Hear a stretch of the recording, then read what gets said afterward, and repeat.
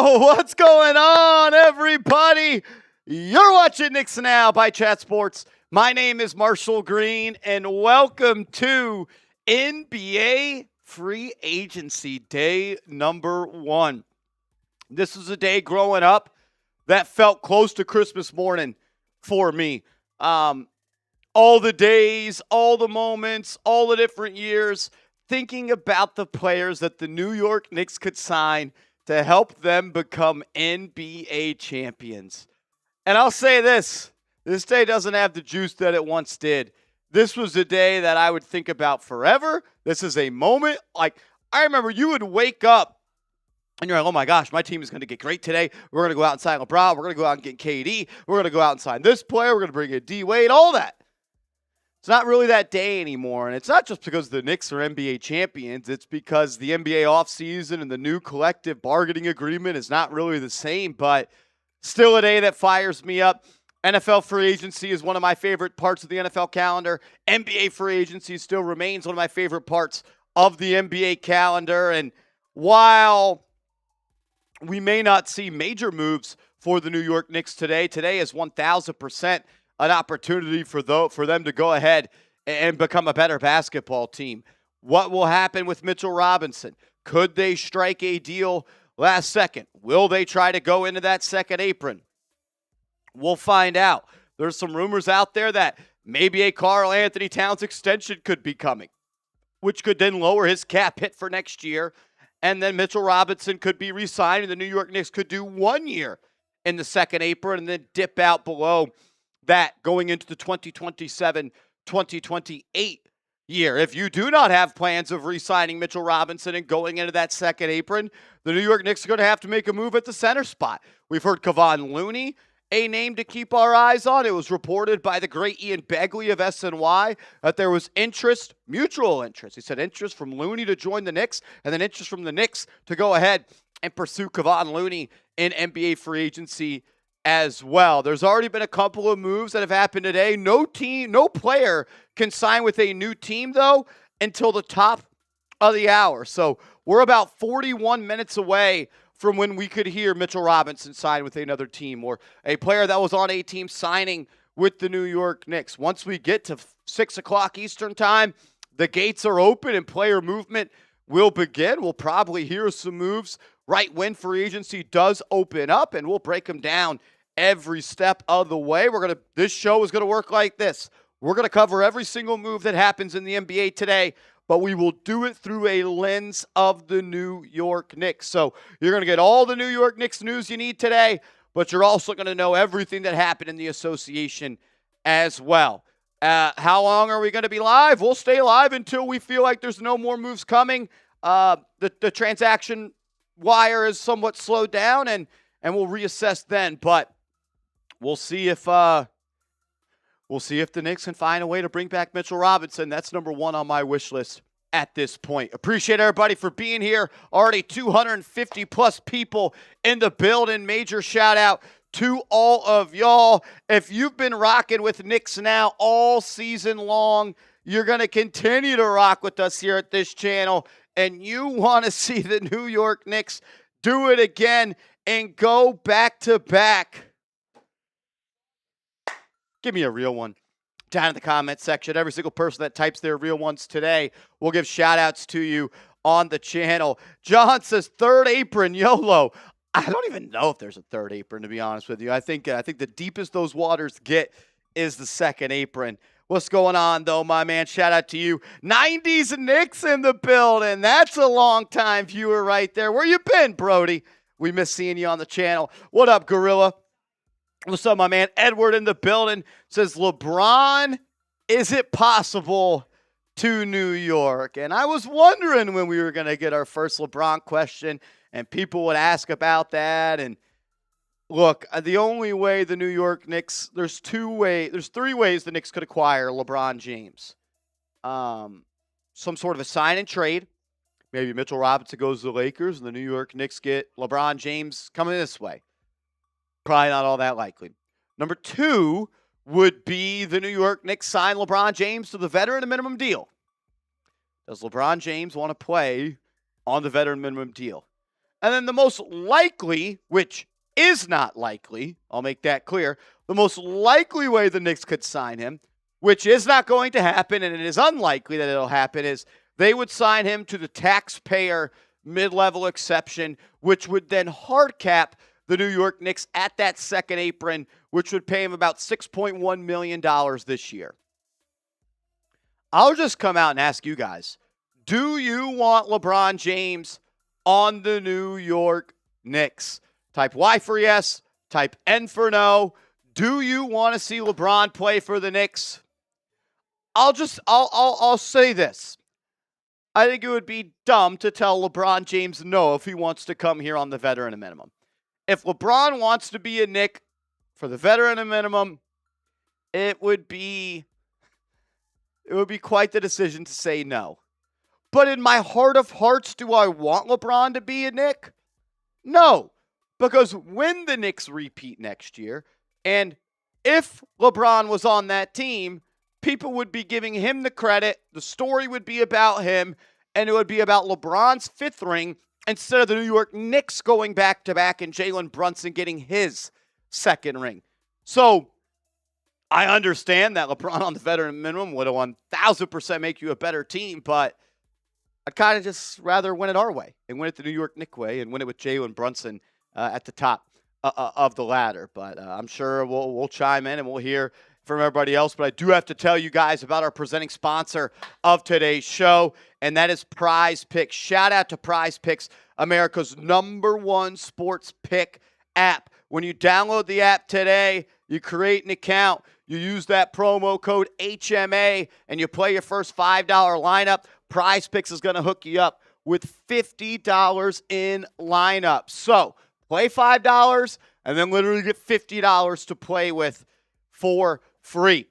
You could play PrizePicks multiple ways. They have their lineup feature where you create a lineup from 2 to 6 players and you simply pick more or you pick less on the stats that PrizePicks goes ahead and sets for that players. Other ways that you can now play is you could just straight up pick winners. Like you could have picked the Knicks to go ahead and win Game 5 against the San Antonio Spurs. You could have picked the Knicks to win by X amount of points. You could pick the spread, or you could pick the point totals as well. For instance, if you're going ahead and you think that USA in the World Cup is going to go ahead and beat Bosnia, you can go ahead and play that on PrizePicks as well. So download the PrizePicks app today. Use that promo code HMA. Play $5 and go ahead and get $50 instantly. Shout out to PrizePicks for being today's sponsor. We really, really do appreciate you. My guy Marshall Green Jr. coming in with a $2 super chat. We'll come to that coming up in a moment. Shout out to everybody in the building. We got 300 people in this piece. We're gonna be live for a long time today. So appreciate all of y'all. 90s Knicks says, let him go back to Cleveland. Yeah. How cool would it be for the Knicks to go back-to-back, and one of the teams that they beat on the way to doing so was LeBron James? That would add some sweetness to that title. So I can be on both sides here. I think there is a chance that LeBron could ruin the chemistry. There is a chance of that, but I would believe if the New York Knicks signed LeBron James to the veteran minimum today, they would be a better basketball team. I think that is hard to dispute. But like I mentioned, and the point that I'm going to stand on this is I want to win it our way. I want to do it our way. I want Jalen Brunson. This is his team. And I don't think LeBron James deserves to be the cherry on top of this basketball team. He doesn't deserve that. Yeah, I feel like we've talked about it in the office before also. Like, who are you taking out of the starting lineup? Like, LeBron's coming here. He's going to want to start. I guess, like, the natural choice would probably be Josh Hart, but, like, does Josh Hart deserve to go to the bench? He's an NBA champion. He was a crucial part of the Knicks winning it all. You're not taking Mikal Bridges or OG Anunoby out of the starting lineup, and you're certainly not taking Towns or Brunson out. So does LeBron become your sixth man? And I saw someone in the chat said he had that opportunity, or he did. He and everyone else had the opportunity to come to the New York Knicks and be the one that got them their championship, and they all passed up on it. Jalen Brunson was the one who took that responsibility, and he handled it and made it look easy in the route to ending a 53-year title drought for the Knicks. So, like, you want to come here. It's not going to mean the same thing if you come here and be a part of a championship team as it did if you were the one to come here and win it as the guy and break the title drought. And for that reason, I don't think it would just hit the same. Like, I'm not. If LeBron wants to come play a role on this team, sure, but I do agree that it might have that overshadowing and might just cause more craziness than it would be worth having LeBron on the Knicks. Yeah. I mean, look, you're a better team if LeBron James is on this team. That's I hear everybody that says, but the chemistry and all that. If LeBron James is a part of this team, you're going to be better, especially if it is at that veteran minimum. But when you're as good as the Knicks are, we could choose ways that we want to win, and I don't want to win that way. I want to win with the guys we got, the guys that wanted to win for New York. It's a difference. LeBron wants to win for LeBron. These guys obviously want to win for themselves. They want to win as a squad. They want to win as Knicks. LeBron had that chance, and I'm glad he didn't take it because it made the title this year feel that much sweeter, and we didn't need a savior. And I know Jalen Brunson was the savior, but it always would have felt a little bit cheapish if you had LeBron and he won the ring, but I'm glad that didn't happen. I'm glad it unfolded the way it did, and now Jalen Brunson can go down as one of the best Knicks ever, and I don't think it would have ever been right to say LeBron James goes down as one of the best Knicks ever. Yeah, Jalen is our guy. LeBron would have always been Cleveland's guy or Miami's guy or whatever time that he did would have come over. And it's the same if you'd had any kind of established star already. Like, yes, the Knicks didn't draft Jalen Brunson, but he blossomed into superstardom as a member of the New York Knicks, and he feels like I think you've seen this too because I think we talked about it. Like, there's been these edits of some of these the Knicks starting five on their other teams. It doesn't feel right to see those guys in those jerseys. Those guys are New York Knicks. They're going to be remembered as Knicks, and they're going to continue to try and build their legacy here in New York. No one's going to remember that Karl-Anthony Towns was a Minnesota Timberwolf. No one's going to remember Jalen Brunson was a Dallas Maverick. No one's going to remember OG Anunoby was a Raptor, Bridges was a Net, or Hart was a Trailblazer, Pelican, Laker. Those guys are New York Knicks, and I'm happy that they are. So where do you think he ends up? LeBron. Golden State seems to be the favorite right now for me. Like, LeBron is kind of, not more than one time before, looked at it as like a story. His career is like a story. And I think if you're going that way, I think he's probably headed to Cleveland, win one more, try and win one more at home in Cleveland, return home where he, quote unquote, never wanted to leave, even though he's left them twice. So I don't know. I'm if I had to put a lineup in for it, I would put in for Cleveland, but I don't think it's Miami. I think if it's not Cleveland, it's probably Golden State, and just they're all going to team up over there.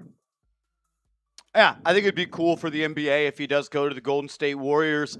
I think it would also hammer home the point that LeBron has no morals. He's going to go to a team that beat him in the finals 2 times. And the Golden State Warriors, a fan base that absolutely hates him.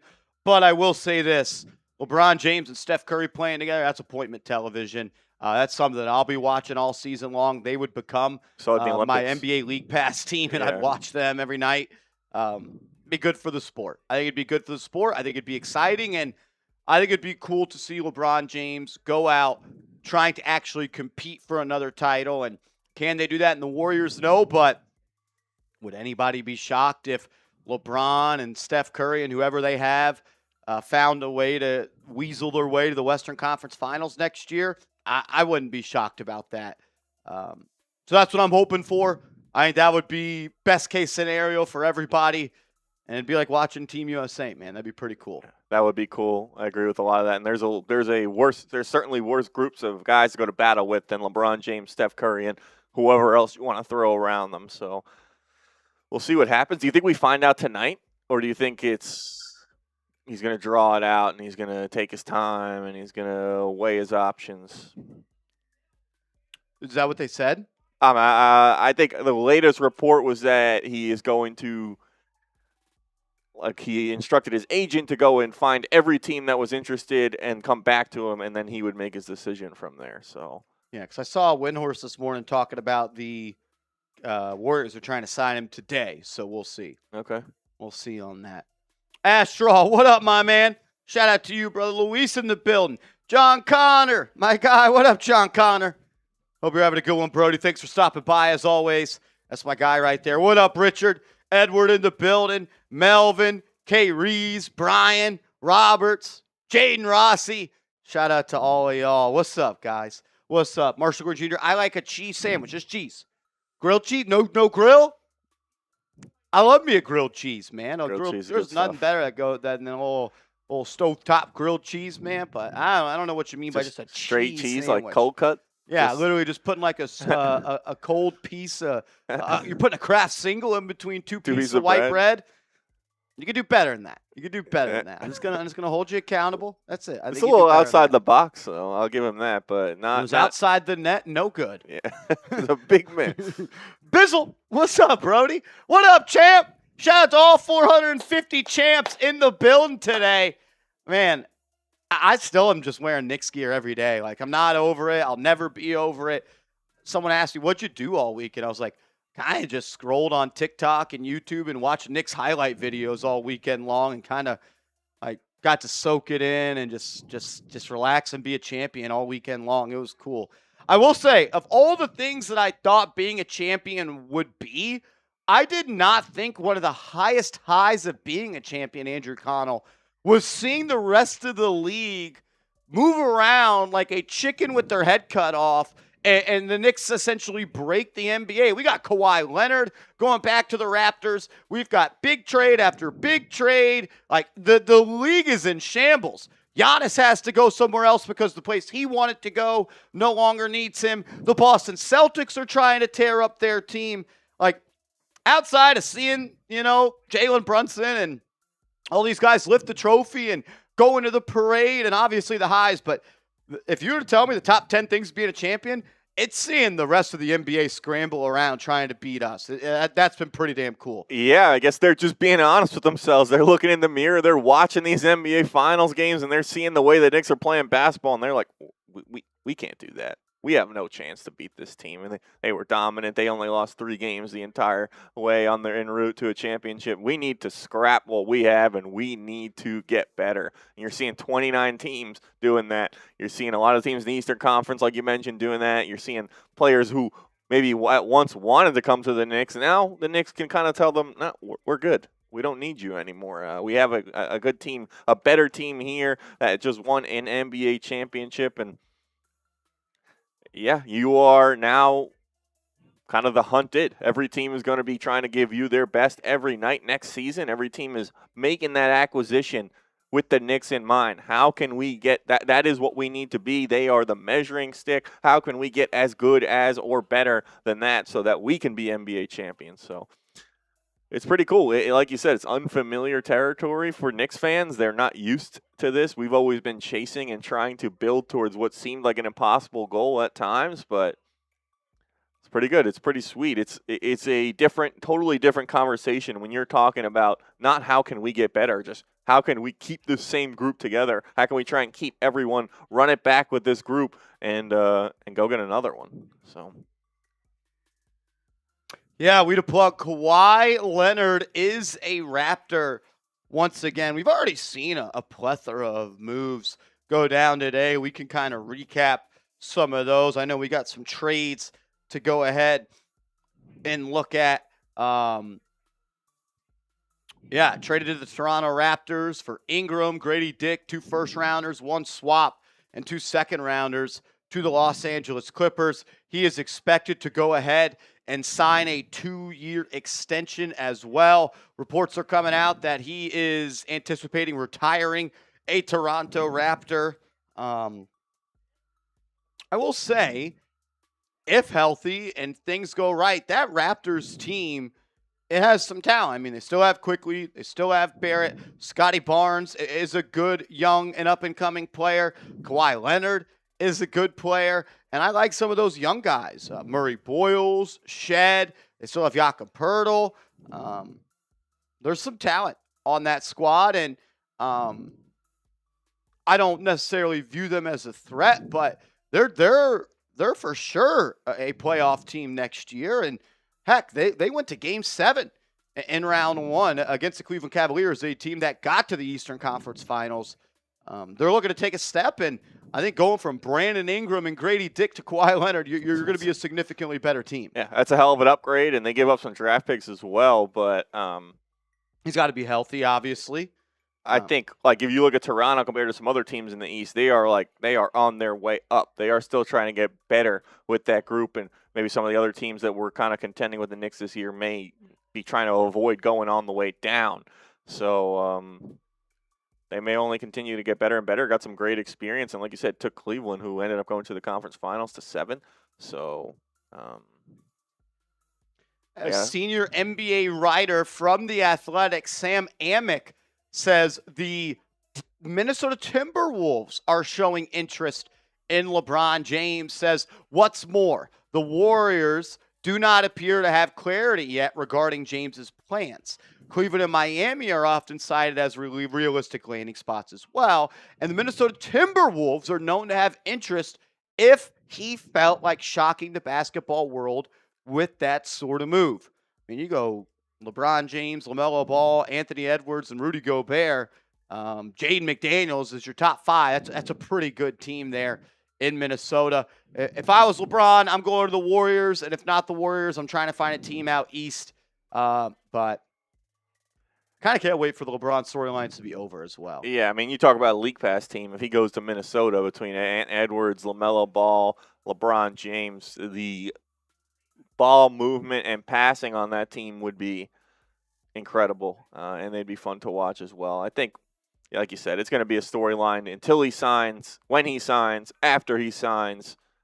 The conversation about LeBron James really never ends, and I think it's probably going to be a big discussion point the entire month for the NBA until we start getting closer to next season, even after he signs. That's just kind of the nature of LeBron James. You wanted to recap some of the moves that have gone down today. So I think the first thing that happened today was the Miami Heat signed Simone Fontecchio, 1-year deal, as they're looking to build around Giannis Antetokounmpo. And Time Lord Robert Williams III goes back to Portland on a 3-year, $44 million deal. So that kind of pertains to the Knicks in terms of the center market and what a guy like that was able to get per year. And you have to look at a guy like Mitchell Robinson. I think he's probably better than Robert Williams. So that kind of is a little bit of a bar for him to clear, you would imagine. So that'll be something to keep an eye on. Jock Landale, a guy we talked about in the video that went out on that channel earlier today about as a potential target. He goes to the Atlanta Hawks on a 1-year deal. And then the Clippers, who were in the news for a couple of reasons, but the first thing they did was re-sign Chris Dunn, 1-year, $5.68 million deal. And then kind of going on, the most recent stuff was been Kawhi Leonard, the Kawhi Leonard trade, which we kind of just addressed, but Brandon Ingram and Grady Dick, the 2 players going back to the Clippers in that deal, along with a lot of draft capital, swap rights, second-round picks as well. And then Precious Achiuwa, another potential Knicks target, gets a 2-year, $11.5 million deal from the Sacramento Kings. So that is all the stuff that's happened. We're now about 20 minutes away from, like you said, players being able to sign with new teams, so more moves should start to roll in, especially once that time happens. But that's kind of everything today to this point that's happened. There's a lot more moves that have happened in the week prior with guys re-signing with their own teams. More coming out here from Sam Amick. As everybody knows, I think the Warriors' dream scenario was to pair LeBron James, Anthony Davis, Steph Curry, and Draymond Green together. And Sam Amick says the scenario in which LeBron James and Anthony Davis reunite in San Francisco appears to have died on the vine. The Warriors are now signaling that Davis isn't in their plans, according to league sources who spoke on the condition of, anonymity? Yeah. To describe ongoing deliberations. So the Warriors had an idea that they were going to try to bring LeBron James and Anthony Davis to the Warriors to play alongside Curry and Green, but all we've heard is the Wizards are not open to trading Anthony Davis, and if they're not open to trading him, they can't trade for him. So that kind of dream scenario for the Warriors seems to have died. They'll still think that LeBron James is 1,000% in play for the Warriors, but it does not sound like he's going to be going there with Anthony Davis at this point. 600 people in the building. If you could, please hit that thumbs up icon. Would greatly appreciate it. Means a lot to all of us if you could click that like button. So if you could, please like the video. It helps this channel grow and grow. Soul Train in the building. What's up, my guy? The Towns extension is July 10th. Knicks fans, July 11th, please. So, yeah, Towns is extension eligible this offseason. It's also one of those things where news comes out today. Could be. It's where news comes out today that Karl-Anthony Towns intends to sign a 4-year, $200 million extension with the Knicks on July 10th. They don't have to wait for July 10th for that announcement to become official. That's just when he becomes extension eligible. So that's kind of where I'm at on that. And I think if we do see Mitchell Robinson re-sign with the Knicks today, which not getting my hopes up for, I don't really think it is all that likely unless something changes or Towns takes a major discount. But if the event were to happen where Robinson does sign a deal to return to the Knicks, I think we would then either today or very soon hear that Karl-Anthony Towns is going to sign an extension. He's going to not accept his player option for the 2027-2028 season. And then he would sign an extension that would come in at a much lower number. I do think those two things would be tied together at this point. And yeah, that makes sense. And like we've talked about it a lot with this Knicks, every player has to sacrifice in certain ways, and it would be Towns kind of not necessarily sacrificing, but doing his part and trying to keep this group together. I think it's clear that they have a tight-knit bond, and they all want to try and run this back. You see Alvarado return. You see Shamet return. You see Diawara come back. So Knicks are doing everything they can to try and run this group back, and I think if you're Karl-Anthony Towns and it's in your best interest, try and facilitate that, and the Knicks winning and having the best team possible is only going to be helpful to your career. We'll see what happens. It's not anything that he has to do, but it's a move on the table that can kind of help the Knicks, like you said, bring back Mitch, which doesn't seem likely as things are currently constructed, but we'll find out soon enough. Speaking of Towns, Sean Hayes comes in with 5, says, is there no way in hell Knicks can get Towns on a somewhat discounted extension, thereby freeing up enough to sign Mitch, or is that just crazy? So I do want to kind of just talk through the shots. My guy Sean Hayes, appreciate you, man. Hope all is well. Thanks for always tapping in with us. That's my guy right there. Karl-Anthony Towns. I'll pull up his contract so I 100% do get this correct here.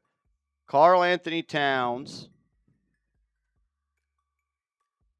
is on the books this year for $57 million. That cannot change. He is going to be on the team getting paid and having a cap hit of $57 million. To my knowledge, they can't tear up that contract. Like, that is his deal. What can happen, which Sean is alluding to an extension, is there is a player option for 2027 and 2028 of $61 million. He can decline that player option and sign an extension that would have his cap hit at lower than $61 million for 2027 and 2028. He is on the team at $57 million this year. That cannot change. That will not change. So the idea here is that Sean is pointing out Mitchell Robinson comes back. The Knicks go into the second apron this year. But say Karl-Anthony Towns does decline that player option, agrees to an extension. We'll call it 4 years, $200 million, easy $50 million a pop. He would then be making $50 million in 2027-28 compared to $61 million in 2027 and 2028, which therefore could help the Knicks dip back under that second apron for the 2027 and 2028 year. Why would they do all that? Because being in the second apron for 1 year does not wreck a team, does not mortgage the future, does not freeze your picks, does not limit you really all that much. Being there for consecutive years makes it tough. You're unable to do all that stuff. So the thought is, decline the player option, sign an extension that in the first year it comes in well under $61 million, and that savings from $61 million to Towns' new salary could essentially go to Mitchell Robinson and keep you under the second apron. Does that make sense?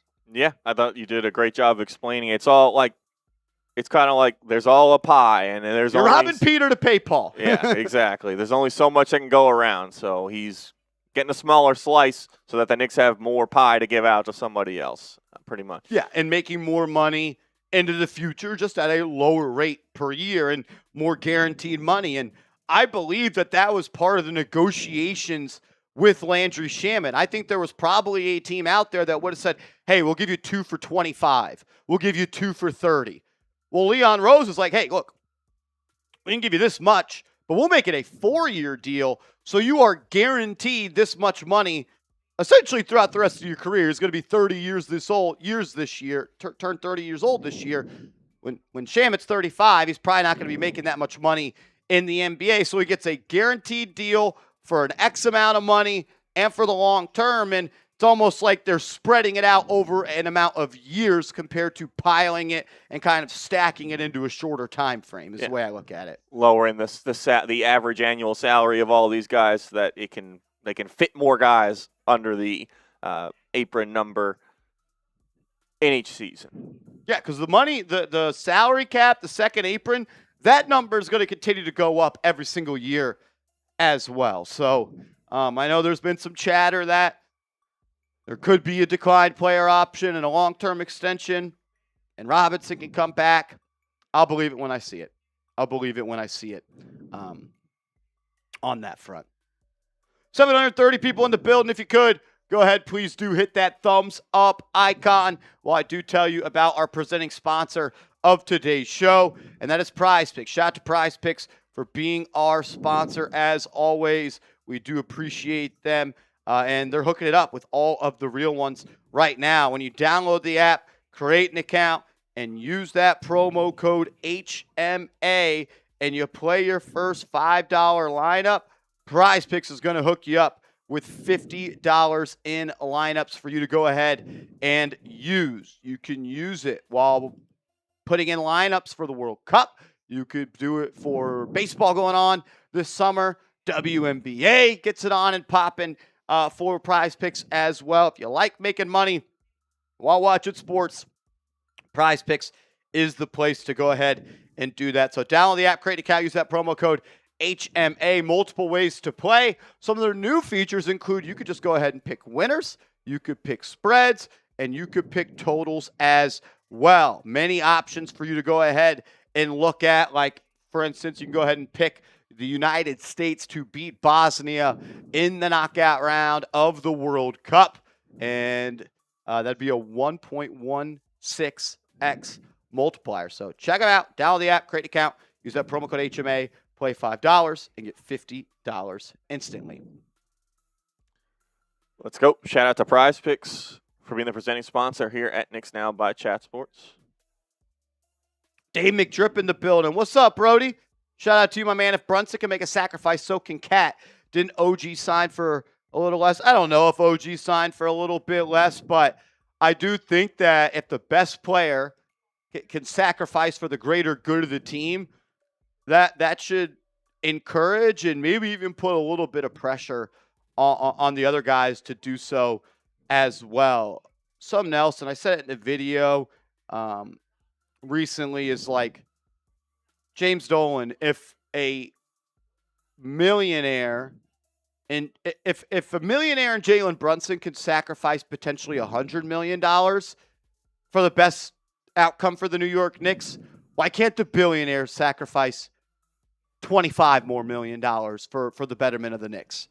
That doesn't make much sense to me. How are you going to fix your mouth to ask Jalen Brunson to take less?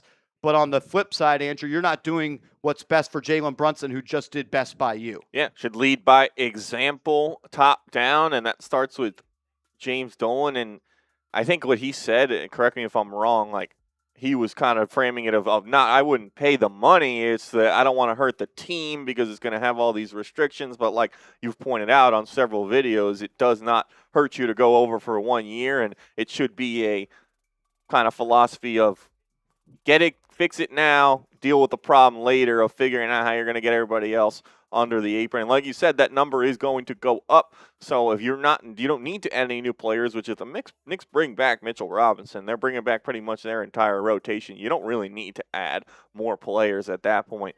And it's the same thing. The only way you could add players now, if you don't go over the second apron, is the veteran minimum. The same thing you would have to add players elsewhere.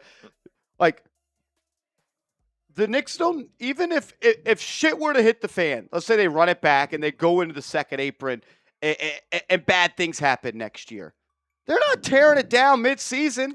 There's no combining of players and selling off assets. They could dip back under the luxury tax, or the second apron in the offseason, then they could do that. There's no reason to blow this team up in the regular season next year. Have other teams used the second apron? Absolutely. The Boston Celtics were a second apron team. The Phoenix Suns were a second apron team. The Denver Nuggets were a second apron team. The Milwaukee Bucks, I don't know if I already said them, were at one point a second apron team. You do not want to live in the second apron. You do not want to pay rent consistently in the second apron. But being there 1 year is not the end of the world. In fact, if there's any time to do it, it's after you just won a championship.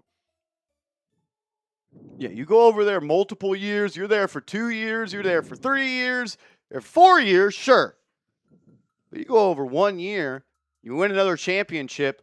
Towns takes a discount. Brunson takes another discount. Hart takes another discount.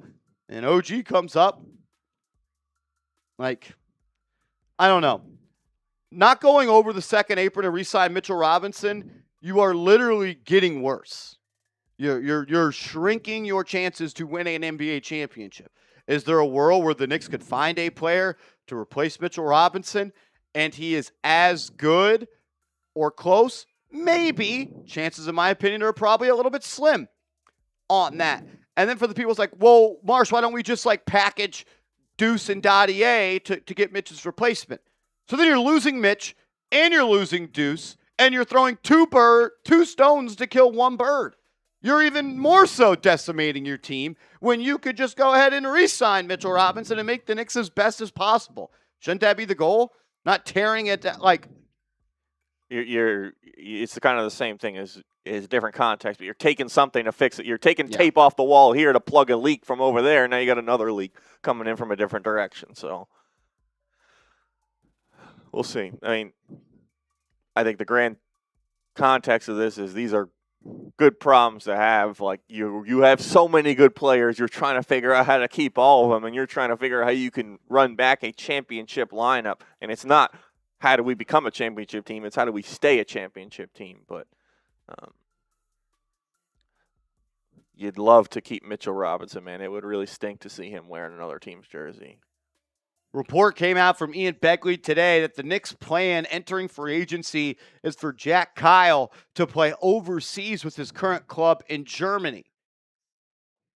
So Kyle said after the draft he plans to be on the New York Knicks this year. According to Begley, the plan is for him to go back overseas this summer, and that changes some things as well because it would have only costed you like $1.2 or $1.3 million for a 1 year rookie minimum deal for Jack Kyle. But if you have to use that spot on now a veteran minimum deal, that costs you $2.45 million. So it makes it a little bit harder to stay under that second apron. So we'll see. We'll see, but sounds like at this moment, Jack Kyle is not going to be on the Knicks next year, and he is going to be a part with his current club in Germany, per Ian Begley of SNY. Yeah, like you said, it has that impact not just on Kyle for next season, but on the Knicks' salary situation. So that could be an indication of they're planning to. The positive spin on that is they're planning to go over, and that's why they don't care about saving the money with that spot. But it's not necessarily what that means in general. We'll ask you guys as free agency is moments away from starting, who do you think is going to be the first player to be signed to change teams here with about a few minutes left to go? Let us know who you think, predict it now. What's the first signing going to be in free agency?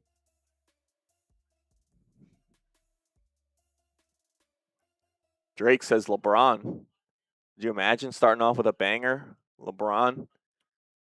My guy Mike Baines at the bill. What's happening, Brody? What's up, Big Dog? Soul Train, what's happening, man? Charita, I hope I said that right. We the plug. What's happening? Drake's Cappy Cap. What's up, bro? Niall Dimitri in the building. What up? Soul Train says Looney. Looney to the Knicks to lead it off. Looney to the Knicks. I'd take it, man. He says you didn't. Damn it. Shh. I don't know. Charita. Charita. Cha or sh? I think it's Charita.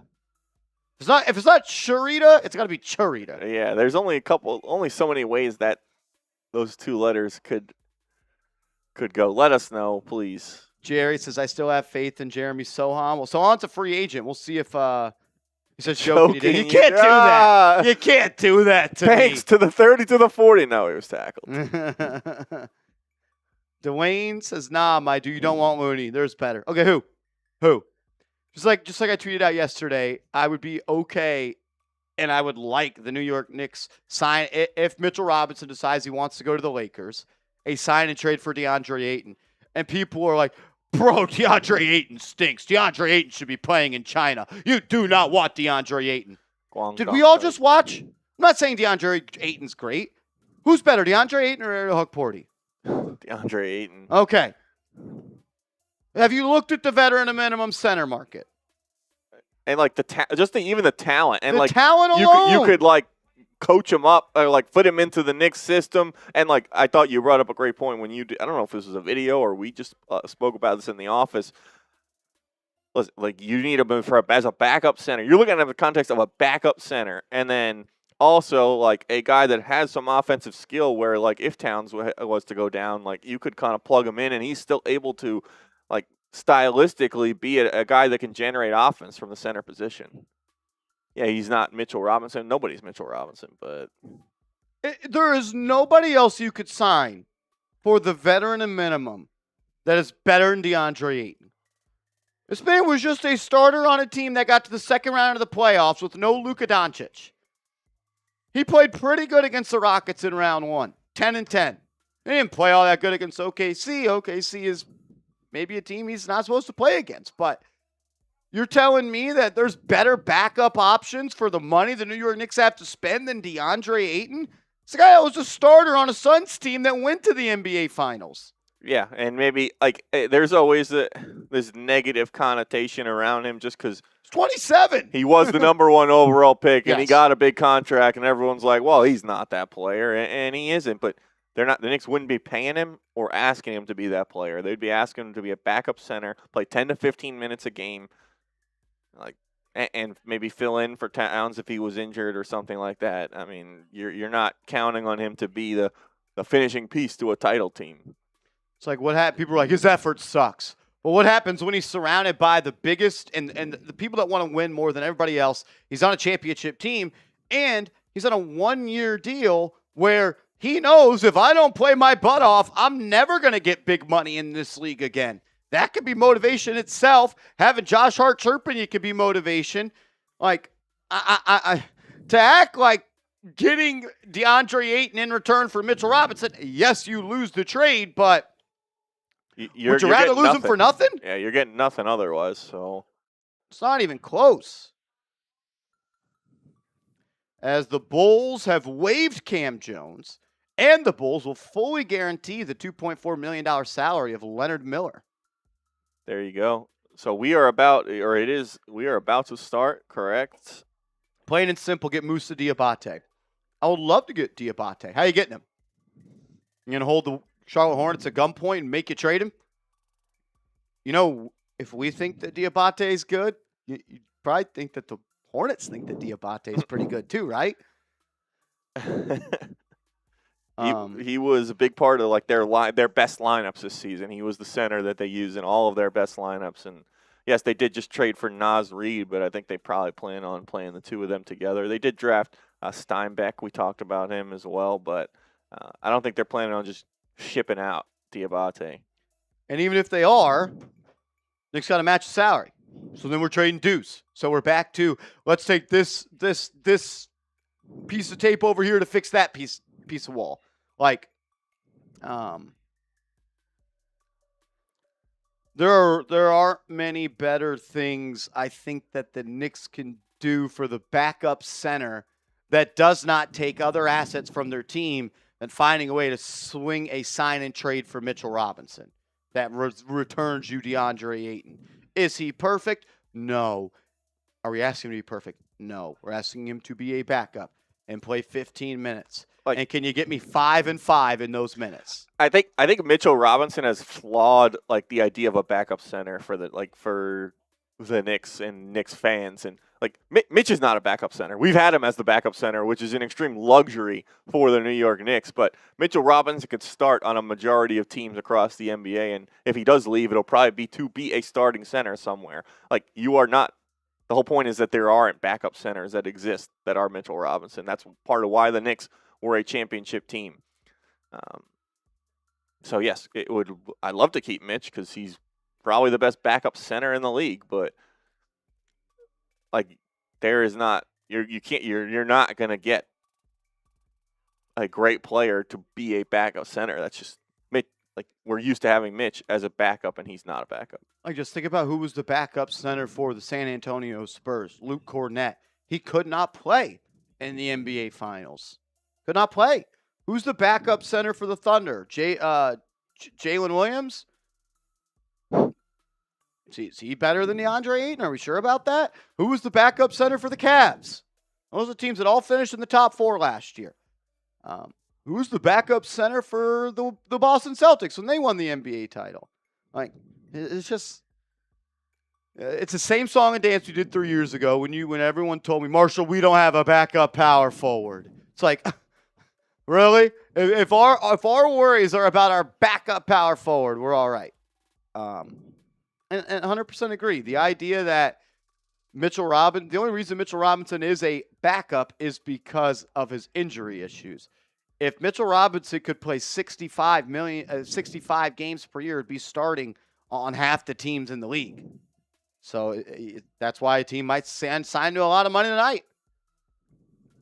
John Pettit, what's up, my man? Sign and trade Mitch and Pacomer Kolick, and a few second-round picks can get Misi or Diabate. I don't know if the salary would match up because Mitch is if it's a sign and trade with Mitch, he's going to get a lot more than those guys. The reason that the Hornets wouldn't have to match is because they essentially have some cap space to spend, but it gets tricky. You start trying to work all these sign and trades, and if you do a sign and trade, you're hard capped at that second apron. And while that's not necessarily a worry if you don't want to go past it, it is another layer to it, though. It is another layer to it. If we lose Mitch and Ariel, what about Looney and Jonathan Isaac? I don't think Jonathan Isaac is a center, by the way. I think I've seen a lot of people mention him. I think he's tall, but yeah, I don't think he's really a center. I don't wonder how tall he is. 6'10", 6'11", but he's also like 210 pounds. He ain't cleaning up on the glass. And when's the last time he played 75-plus games in a season? Yeah, I mean, again, they waived him for a reason. Yeah. 6'10", 230, 7'1" wingspan. But sounds like a modern-day wing to me. Yeah. If anything, he's a power forward. I wouldn't say he's a center. I don't think it's the worst idea in the world. That is, some of the guys they are looking at are like, they're probably smaller backup bigs, and they give you a little bit more flexibility on offense. But I don't know. I'm sure they have a plan. The Knicks are never unprepared. Leon Rose, the rest of the front office, they have scenarios A, B, C, D, E, F, G all laid out, ready to roll. I think they're Scenario A, B, and C would be to keep Mitch, but that may not be possible. I mean, this time last year on this day, we didn't think that he wasn't. Jordan Clarkson was not a free agent, and then he got bought out, and the Knicks were able to sign him. Is there a team that buys out a center or somebody else that maybe we could sign for the veteran minimum? Things are going to be fluid. Players are going to be waived. Things are going to happen, and the New York Knicks will be able to go ahead and change some things. As we are officially in the window of NBA free agency, we will soon see a player sign with another team as I don't know what they call it, the tampering period or whatever. Is it moratorium? Is this the more? I don't know, but we can start to hear news of players changing teams right now. We're 7 minutes past the hour.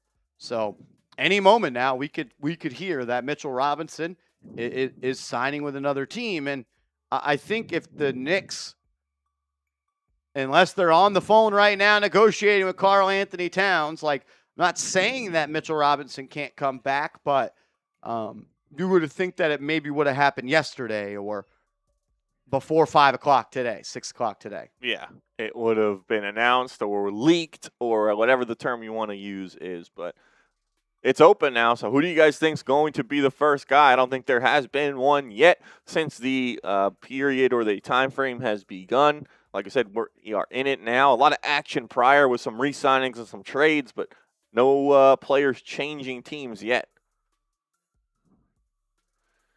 And if you are ready for free agency, you're ready for a signing, make sure to hit that thumbs up icon. We are 6 likes away from 300. Help us get there right now with 900 people in the building. We would appreciate it. It's free and helps us out. My man, Mr. Valentino in the chat. What's going on, my man? Shout out to you, brother. Got to see my guy, Mr. Valentino, a couple of times at the NBA store. That's my guy right there. Shout out to him, brother. Actually, Mr. Valentino, can you send me an email? I need to ask you something. Send me an email, marshall@chatsports.com. Marshall@chatsports.com. I'll put it in the chat, Mr. Valentino. I want to ask you a question.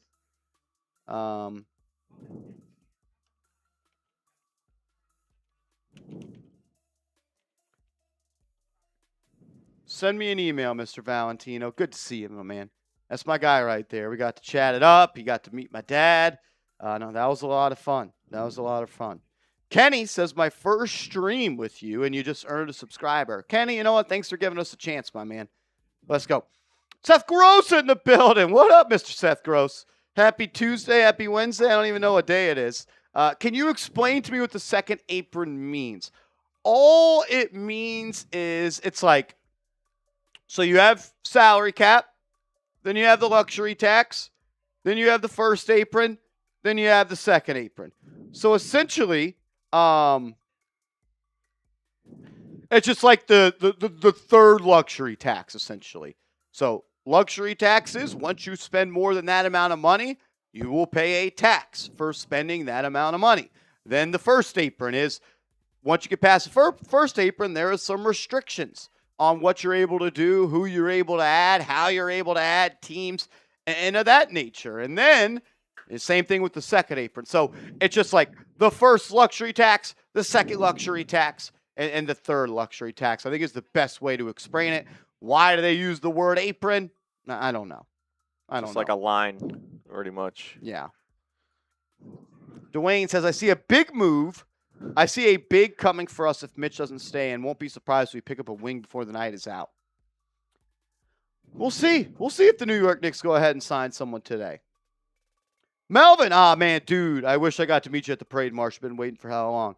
Man, we got to meet so many people. It was awesome. And I know there was so many people we didn't get to meet as well. We did do the Knicks Now meetup at Sadie's Ward. That was a blast. Got to meet and see a lot of Knicks Now and Giants Now, real ones as well. So that was really cool, and I was super excited about that. I was thankful for all the people that turned out, and we got to hang out with. That was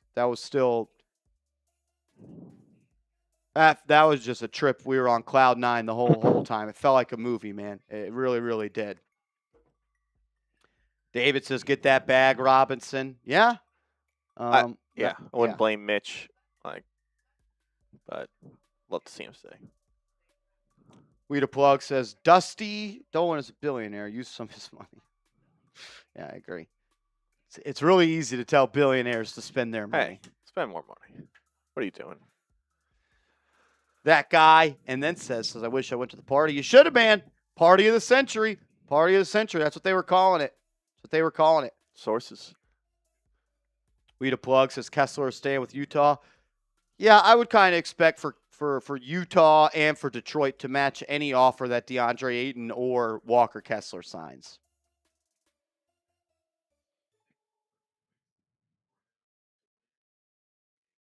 Nassim says, sign Kada. LOL.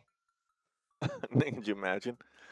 4 years ago today, Jalen Brunson signed a 4-year, $104 million deal with the Knicks. And Woj was the one to break the news. Should have known he was going to win a championship when it was Woj. Absolutely.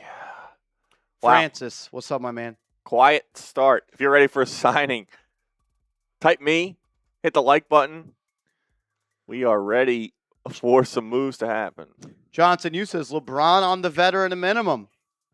Who says no? Think they should give him a recruiting pitch with Big Justice and the Rizzler and Big AJ and Johnson U and put them all in the recruiting video. I kind of do like the sound of that. I think I don't know why it hasn't happened already. Someone's dropping the ball on that. Sounds like Johnson U is missing out on an opportunity here. Kind of talked about LeBron earlier. I know there's more people in the chat now, and I look at it like this. The New York Knicks would be a better team with LeBron James on the veteran minimum deal. But I don't want LeBron on the Knicks. I don't want LeBron on the Knicks.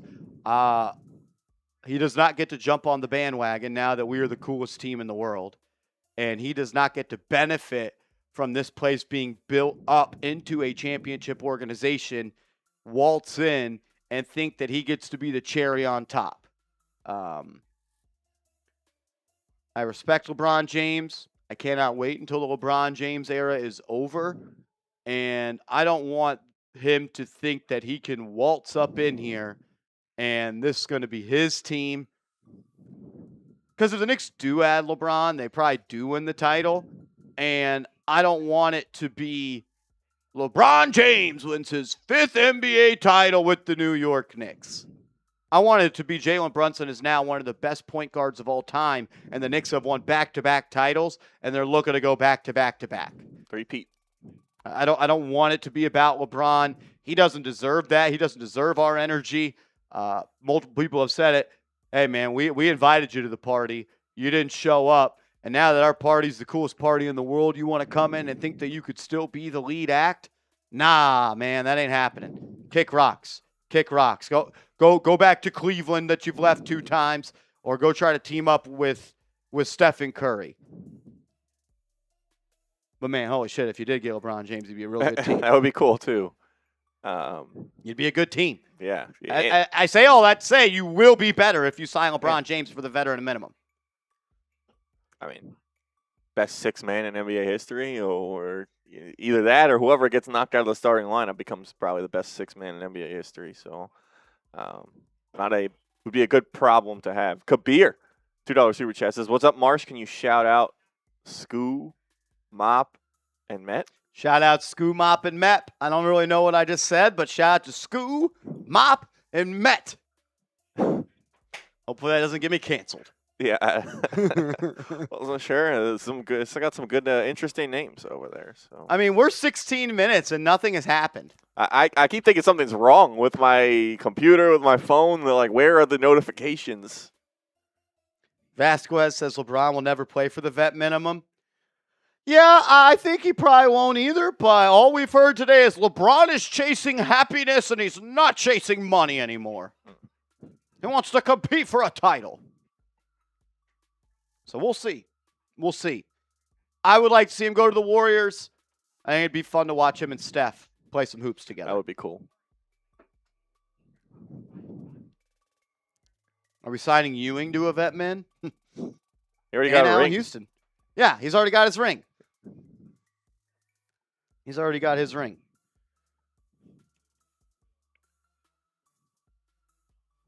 LeBron loves happiness, Vincent. Loves it. Trizzy. Facts. Shout out to you, bro. Best of worst, as they will say. I missed it. It's so funny. It was first LeBron knows his value, and now he will take the MLA. Exactly. Lunchbox. I don't get why old superstars don't take vet mins more. They're already rich. Why not chase more rings? Because these people care more about that sack. They care more about that bag. Oh. Look, I mean, I was talking with my guy Smitty yesterday. It's just like, look, Jalen Brown wants to sign a 2-year, $150 million extension. If Jason Tatum got offered that, he would sign it. Jalen Brunson's doing what's best to increase his chances to win. And that's why there's not many people like Jalen Brunson.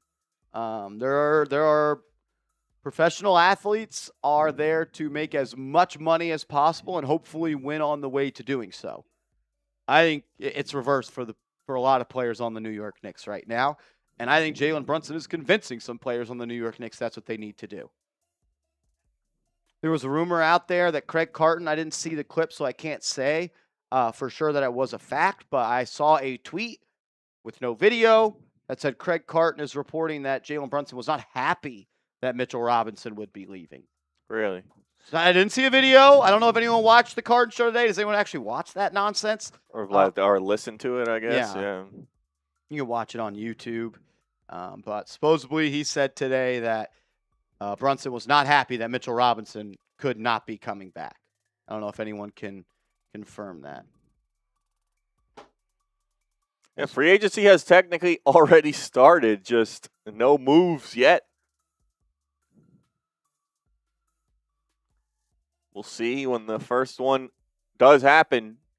We'll let you know about it. This will be the first place you'll hear about it. But Brian, he did say it.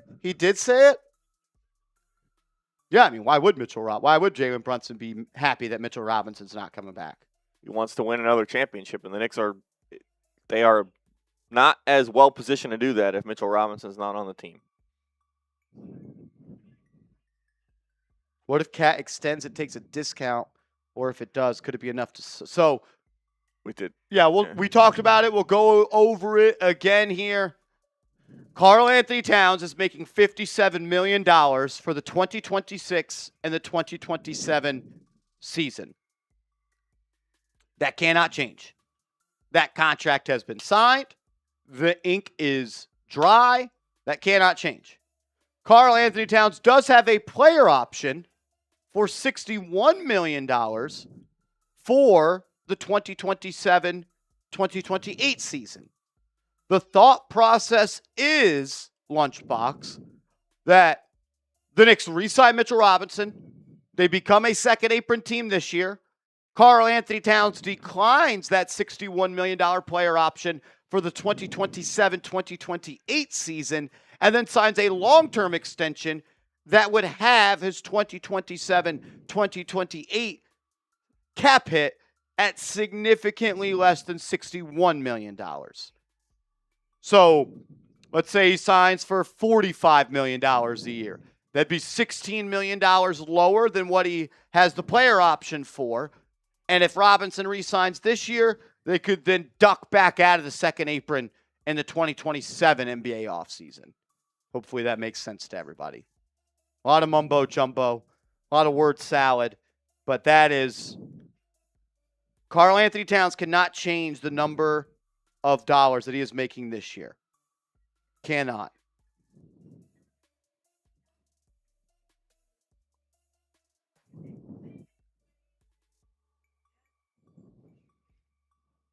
Marsh, thoughts on firing Leon Rose and re-signing Phil Jackson? No, I don't think so. I don't think so.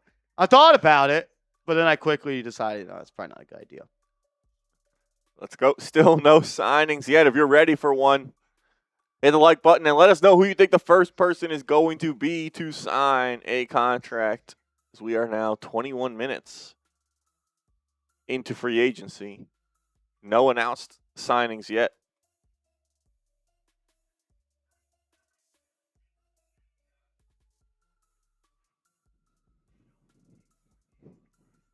The league I grew up loving is dead.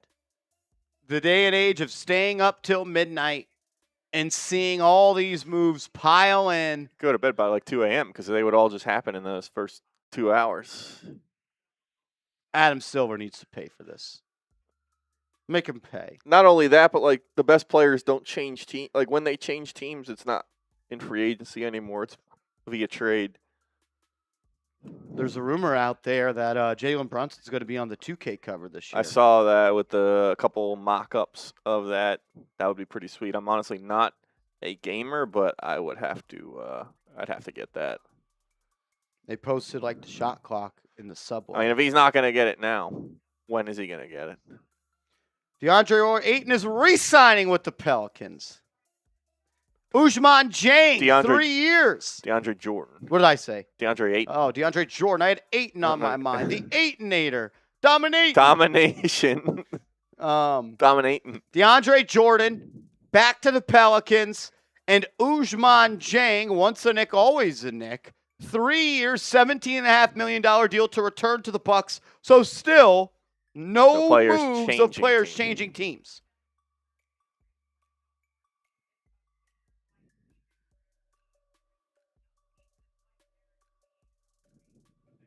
So still nothing. Absolutely nothing.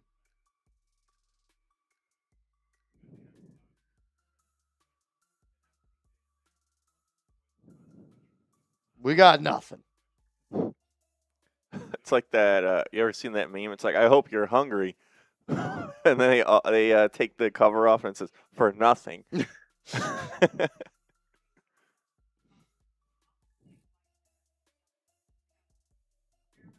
Unreal. So, as everyone predicted, DeAndre Jordan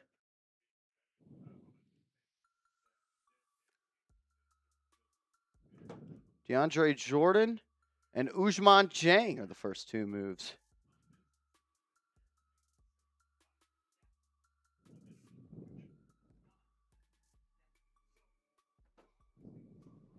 Unreal. What about Nick Richards? I think Nick Richards blows. I can't count the amount of times that the Knicks have been interested in Nick Richards. He's a terrible basketball player. Yeah. That brother stinks. When you can't play on the Suns and you end up getting less minutes on the Bulls than Gershon Yabusele, you're a bad basketball player.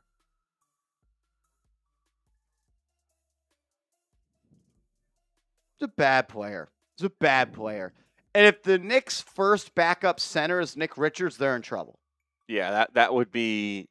I would feel a lot better about it as if like they brought two centers in and Richards was the worst one and he was just like a camp body almost. But yeah, there you go. Usman Jang, 3 years, $17.5 million. He's the new face of the Bucks. And DeAndre Jordan back to the Pelicans.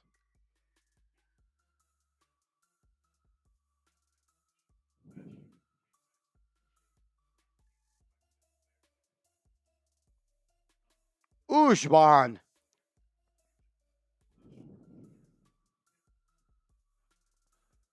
Remember when it used to be Shams versus Woj? Battling it out? It's just nobody versus nobody right now. Chris Haynes versus Shams. Oh, man. Gabriel, always fun knowing Brunson became a Knick on your birthday. Happy birthday to you, brother. Happy birthday, Gabriel. HBDs. Champ. Happy birthday, champ. HBDs in the chat.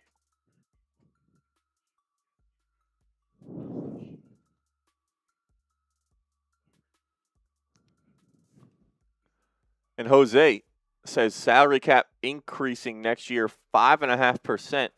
We the champs. We are the champs. I don't think that's confirmed at all in terms of a increase, but the idea is it will go up, and that's how should help the Knicks, their ability to retain some of these guys. Man, what happened in this league? The league that thrived off player mobility now limits players to move.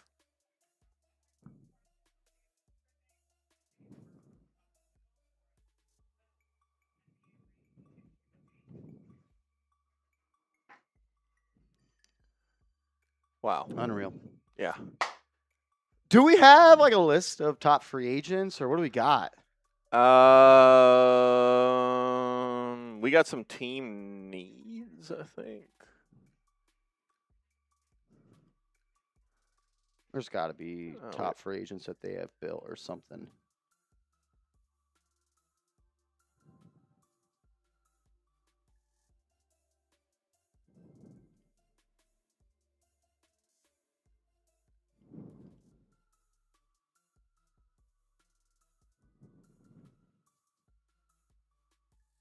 Yeah, there's a player 5 rank that they have. Maybe just link it to that player list to go to that studio, and it should pop up. And then they'll change it as well. As Charania is reporting, LeBron James wants to be somewhere he has happiness. It's like the third time. Keep chasing that happy.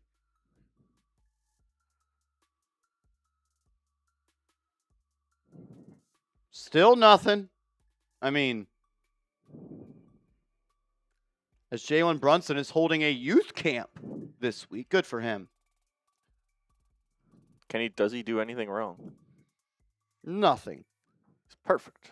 Name my first son Jalen Brunson. Jalen Brunson Green. If we don't get Mitch back, sign and trade him to the Lakers for Ayton. I think that's a good idea. I think that's a good idea, Sean. I think that's a good idea. Seth Gross! Come on, Dolan! Pay that man his money. I agree. Waited 53 years to break up a championship team for being cheap? Sphere is like, the Sphere in the MSG stock is like the best stock to have right now. I was like, come on, man. Just pay him his money. We'll win another. AC, break us down the top free agents we got. Yeah, as we may or may not have talked about, LeBron James available in NBA free agency, and he will be changing teams per multiple reports. So he is listed as number 1. You got Jalen Duren, center from the Detroit Pistons, as well as Walker Kessler, center from the Utah Jazz. 2 restricted free agents, so these guys cannot just sign with any team. They can sign an offer sheet with opposing teams, with their own teams, being the Pistons and the Jazz, have the ability to match any of those offers. So they are not free to change teams. They are restricted free agents. And you got Norman Powell, who seems like he will be leaving the Miami Heat after they acquire Giannis Antetokounmpo. And I've heard him linked to teams like the Chicago Bulls. He's also been around the league, so he could look to reunite with one of his former teams. And then you got Tobias Harris. So 2 Pistons on this list. Tobias had a really strong playoffs and may have made himself some money. He is the definition of a bag chaser, one of the highest paid players in NBA history. Could he get another big payday today? And you got Jonathan Kuminga, always the subject of NBA news and rumors. He is a free agent. Rui Hachimura, who played pretty well in the playoffs for the Los Angeles Lakers, really shot the ball well from downtown, and he could get a big payday with shooting being at a premium always in the NBA. Former Knick Quentin Grimes comes in at number 8. He has been around the league, rumored to a couple teams would be interested in him. Young player, still pretty young. We'll see if someone decides to take a chance on him and gives him a decent-sized contract. You got Tari Eason from the Houston Rockets and Peyton Watson from the Nuggets.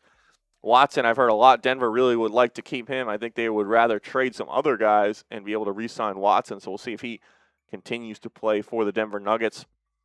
Down the list here, 11, Anthony Simons, Benedict Mathurin, John Collins, Colin Sexton, Kelly Oubre Jr., and then rounding out our list, we've got, the Brunson stopper, Dean Wade. Oh, Dean Wade, the Brunson stopper.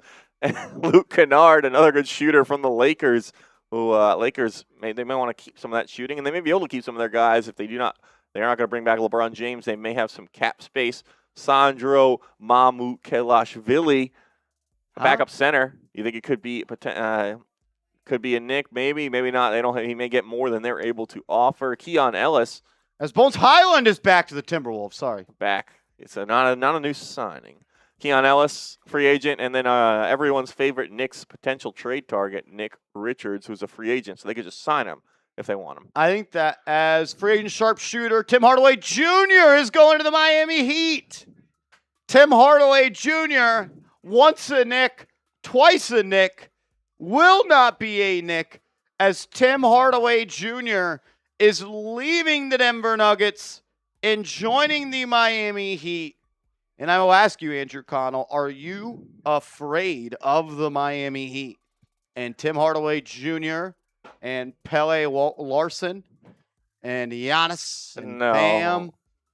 I mean, we said when they Simone traded for Fontecchio? Giannis, they did need to get some shooting. That's what they've done with their first two recent moves, Fontecchio and Hardaway. But I still think they've got some work to do if they want to try and take down the New York Knicks. So, the biggest move of the day so far is Tim Hardaway Jr. is signing a deal to join the Miami Heat, the team his daddy played for.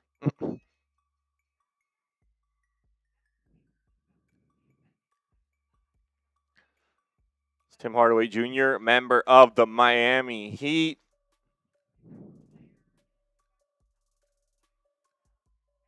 The first real big signing of a guy changing teams. One, just set this to circulate top and it'll just go through all of them. Have something on screen with some sort of movement and some sort of ways for people to see what is going on. Make sure all of you are subscribed to the channel. Or you could go ahead and watch ESPN as they're talking about the WNBA while NBA free agency is going on. So you can go ahead and check them out. Or you could check us out. We're going to break it down every step of the way. Once a move comes in, we will go ahead and talk about it. And we'll give you all the information that you need on these players.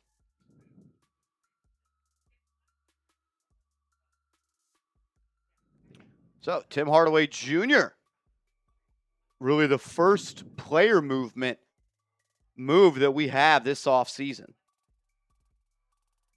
as he is following in his pop's footsteps.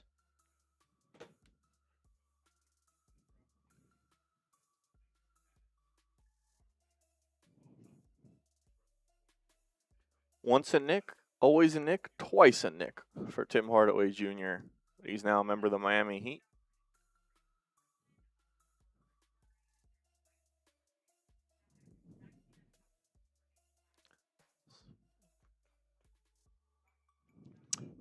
Tim Hardaway Jr. last year.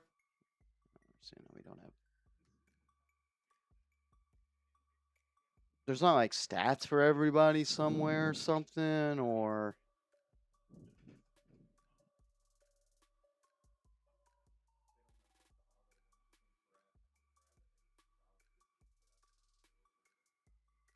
as I type in Tim Hardaway, and Tim Hardaway Jr. this past year averaged 13.5 points per game for the Denver Nuggets. Shot 40% from three on 6.9 attempts. So a guy that could still fill it up, a guy that could shoot it, a guy that can create his own shot as well. He'll fit in, I think, pretty nicely on that Miami Heat team. They're going to look for some scoring. It's going to be a 1-year, $6.5 million deal for Tim Hardaway Jr. to go to Miami. We the plug, you the man, dog. Appreciate you, brother. That's my guy. You know that. I love you, Brody. Thank you for being a real one. Lucky to have you as viewer of this channel, man. Seriously.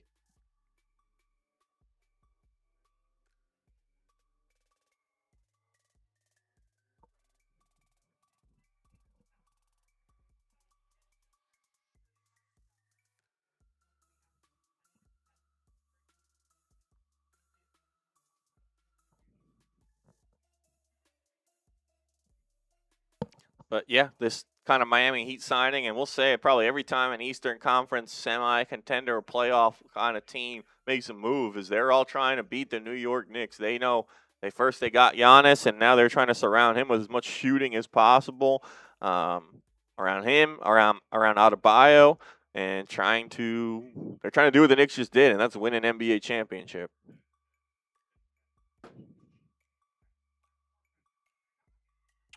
One year, $6.5 million. So I thought he could potentially be a veteran minimum guy, but he's going to sign for a little bit more than that. That'll eat into that non-taxpayer mid-level.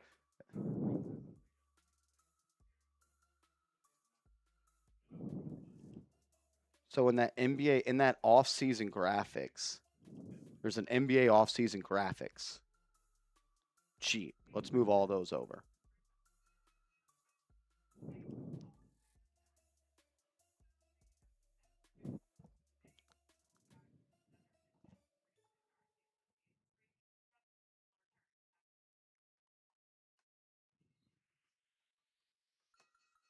You could duplicate player listicle, have that with all the guys in there, or this is just, I mean,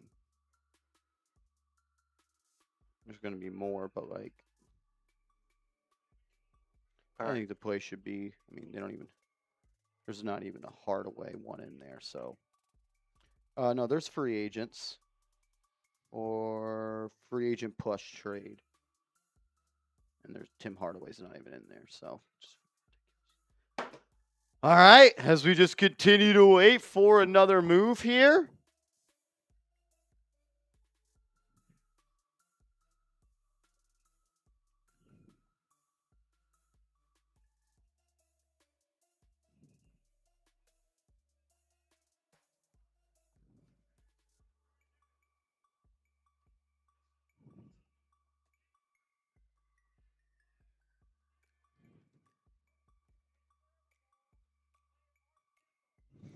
Tax mid-level for Tim Hardaway Jr. The Knicks have that same offer. The Knicks could go ahead and do that as well. They could go ahead and do that as well.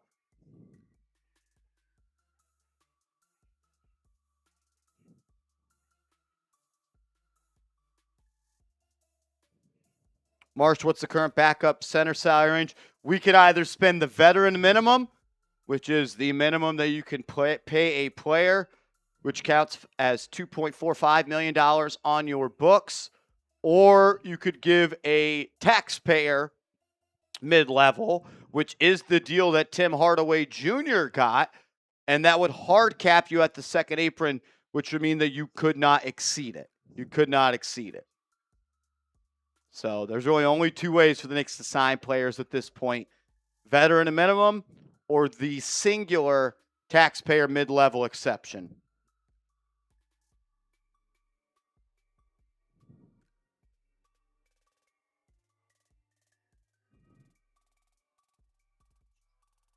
I think good best practices, move happens, we got nothing to talk about, move over stack graphics for him.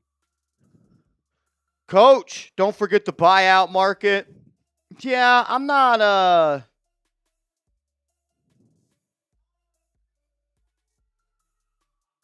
as the NBA Cup is now going to be in Indianapolis. So we're moving the cup from Las Vegas to Indianapolis at Butler Stadium. What?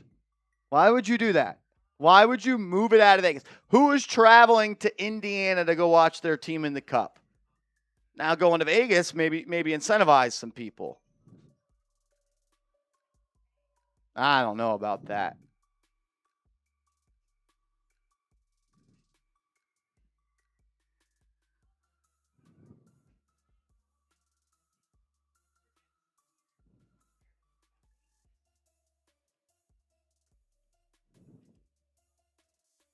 Unreal. Johnson, you thoughts on bringing back Knicks legend Nerlens Noel? I don't think Nerlens Noel is still an NBA player at this point. They took an all-star game from them. They owed the city. Yeah. Lowest attendance coming up for the NBA Cup. It's also like, what player now wants to play an extra game and travel? As Chris Haynes is tweeting out, sources, LeBron James will be patient and open-minded in selecting his next destination, but the priority is having a realistic chance at competing for a championship. He remains committed to playing at the highest level. So does not sound like we are going to get a LeBron James decision anytime soon.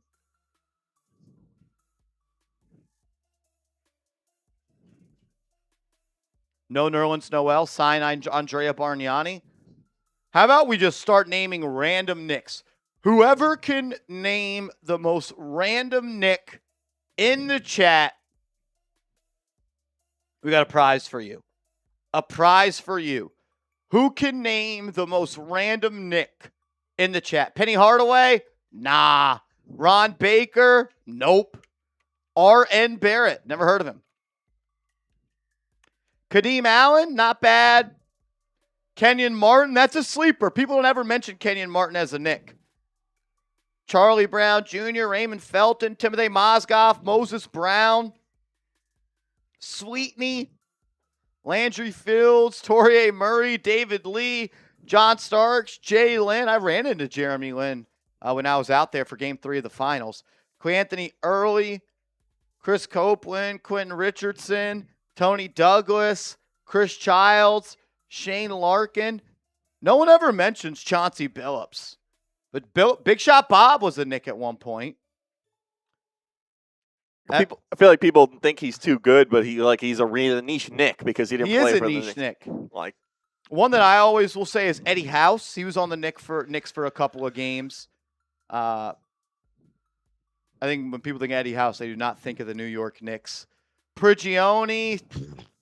Come on, I'm looking for the deep cuts. I'm looking for the ball knowledge. Where are y'all at? Brazdeikis, not bad. Brazdeikis, not bad. McAdoo, Dudley, Tony Douglas. I need you guys to think a layer deeper. A layer deeper. Everyone's on the surface right now. Go underneath the surface. Kyle O'Quinn, surface level. Ronnie Turioff, that's a good one. Rice-A-Roni Turioff. I remember going to a game and when they initially signed Amari Stoudemire, and I told my dad sitting in the seats, they're a better team when Turioff's on the floor. They're just better when he's out there. Novak, dude, you're better than that. Ronnie Brewer, sneaky. Just stop. How about, no one says this one, about Jeremy Grant? I thought he was going to be a stud. Or Jerian Grant. Jerian Grant. I thought when the Knicks drafted him, it was like, oh, they got a guy. That's where we used to be, man. As Jalen Duren has interest in going to Boston. Ah. Good luck getting there. Quincy Acey, Jason Kidd, Zach Randolph, Derrick Rose. Derrick Williams is a good one. I thought Derrick Williams was going to be the truth with the New York Knicks. He was a cheat code in 2K. Mario, I blocked and stepped over LeBron James' Hazonia. Earl Barron, Andy Routens. That's a good one, Gorilla. It's a good one. Ken the Animal Bannister. Trevor Ariza, that's a good one. Balkman, Lou Amundsen, Alexei Shved. What about Aaron Aflalo? That back to the basket game in the mid-range, that was tough. Aaron Aflalo was like arguably the Knicks' best player for like 2 years. Vucevic, Francis, Mike Bibby, Larry Johnson, Kiki, Sergio, Calderon, Anthony Randolph. I thought when the Knicks got Anthony Randolph, he was gonna be our next unicorn. David Lee, that don't count. Tyson Chandler, that don't count. If you're an All-NBA player or a DPOY, you're not a niche Nick. I'm looking for the niche of the niche. If you think it's a niche, go even nicher. Nicheify your niche. Kimbo Slice. Eric Anderson, Matt Ryan, Pacome Dadier. There you go. That in a few years, that will be a niche poll. Will you ever be able to answer that question and say Malcolm Brogdon? I think so. Do you have to play a game? Played preseason games. He did. Tracy McGrady. I feel like it's kind of a cheat code answer because he didn't really play. Mo Harkless. I remember being fired up about Mo Harkless. Malachi Flynn. Jerome. That's not a bad one, Malachi. Jimmer. Jimmer. Man, Jimmer was dope. We had Think about all the people that got MVP chants at the Garden before Jalen Brunson. Luke Longley. Brandon Jennings, that's a good one. I thought Brandon Jennings was going to reinvent himself with the Knicks. Sergio Rodriguez, that's a good one. What about De La Rey? Tim Thomas, Trey Burke had that 40-point game with the Knicks. Jarrett Jack, I was watching some Porzingis highlights. Don't forget, Jarrett Jack was setting him up. Setting the table. Trey Jameson. I will just say this. Alonzo Trier, that is not ball knowledge. Yeah, he's way too easy to say. ISO Zo, not ball knowledge. Derrick Rose. Which time? Joakim Noah. Jeremy Tyler, that's a good one. Marty Collins. I also thought Emmanuel Mudiay was going to reinvent himself here. Dallenberg. What about Sean Extra E. Williams? That's a good one. Langston Galloway. What was the guy, Carter, the point guard that they got in the Melo trade? He was super. What was his name? Was it Anthony Carter? Yeah, Anthony Carter. Played on the Knicks for 19 games, 16 minutes per game, and he averaged 4 points and shot a white hot 28% from three. This one just came to me. It's not a deep pull. Cole Aldridge, as someone just said it in the chat. Cole Aldridge. What about Josh Harrelson? Jorts. We're now rocking jorts these days for Josh Harrelson. Larry Hughes. I thought Larry Hughes was the truth. Daquan Jeffries. That's a good one. Jared Jeffries, man. Jared Jeffries used to be one of my favorite Knicks players. Ever seen anyone take a charge as well as Jared Jeffries? I liked him a lot until he couldn't make the layup versus Boston in the playoffs, and we lost. Wasn't his job. I feel like Alexi Fred is like the most common ball. Not like everyone says that. Shane Larkin. That's a good one. Jacob Toppin. that is actually a sneaky good one. Yeah, you don't ever hear Jacob Toppin. That's a good one. Bojan Bogdanovic. That'll go down as a good one. This is boring. Not you guys. The NBA. Dennis Smith Jr. He ended up being a Knick. Chris Smith Jr. JR's brother.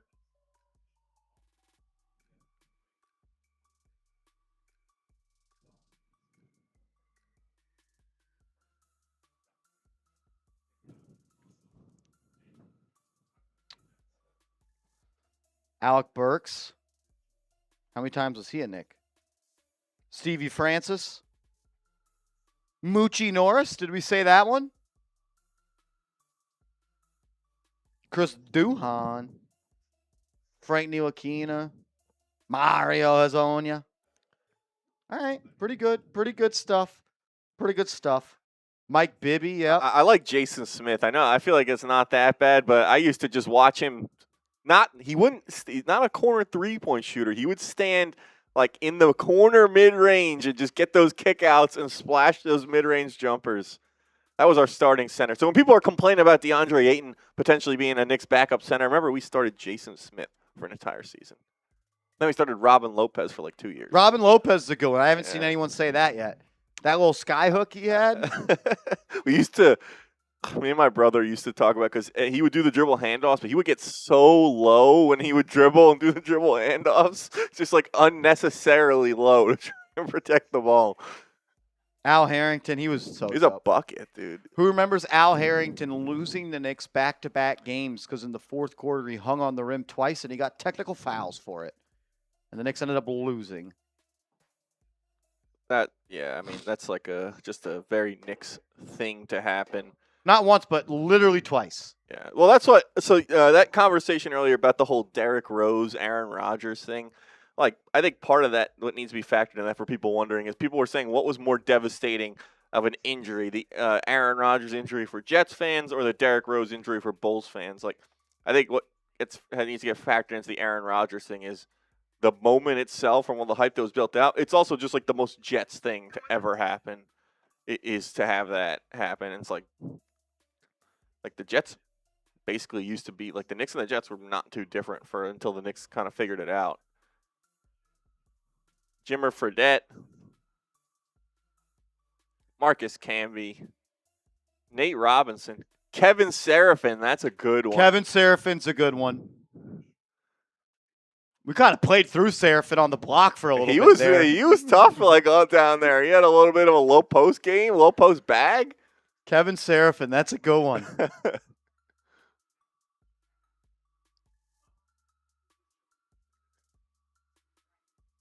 No, that was some good answers there.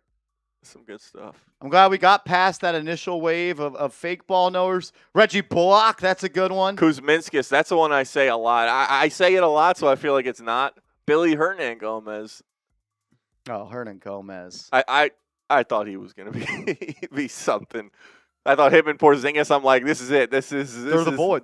They were Josh Hart and Jalen Brunson before. They were the roommates before the roommates. Theo Pinson. Luke Cornett is a sneaky one. Matt Mooney.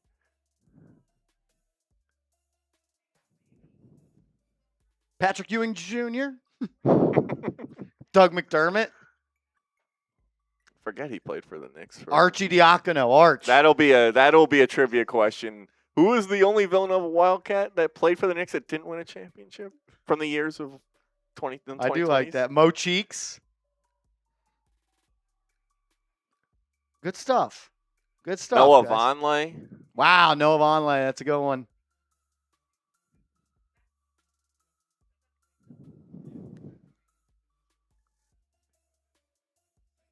Rasheed Wallace. We had the most unk team back that year. It was literally just all guys 35 plus on the bench. World Peace. I feel like Kemba Walker will be a sneaky one. That'll be a sneaky one. It was so cool, even though it didn't work out that he just played for the Knicks. Did he have 50 though against Boston? I was in the airport watching that game. He was going off.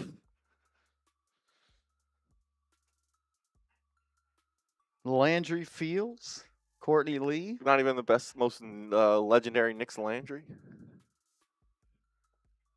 Jason Kidd. Zach Randolph was a bucket. Bobby Portis being a Knick is a pull. Yeah, he had the one game. I think What about one of my friends and I talk about it once a year. The Bobby Portis game where he hit 15 points in the fourth quarter. Was it Marcus Morris? Had that awesome half season for us. Yeah, he got us a first-round pick. Quickly. First-round pick. We got him a first. Turned him into Quickly. He was the only guy we had, so he averaged 20 plus. He was like Kmart.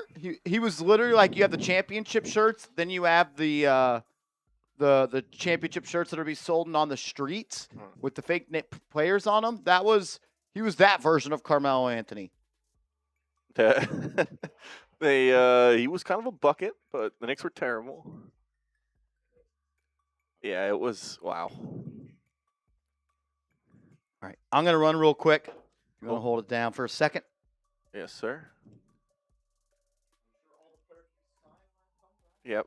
Oh, you're gone. All right, keep naming those random Knicks players. Rokas Jokubitis. Jordan Hill.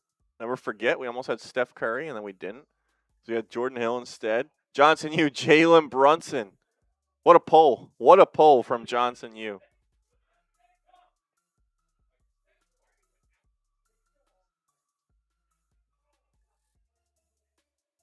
Scott Skiles. Phil Jackson, Rick Brunson, Bargnani. Oh, God, don't remind me. Andrea Bargnani. Clyde Frazier. Michael Beasley, one of those guys who got MVP chance. PJ Tucker. That'll be a good one in a few years. Marshall Green. I don't know. I'll have to ask Marsh when he gets back if he ever suited up for the Knicks.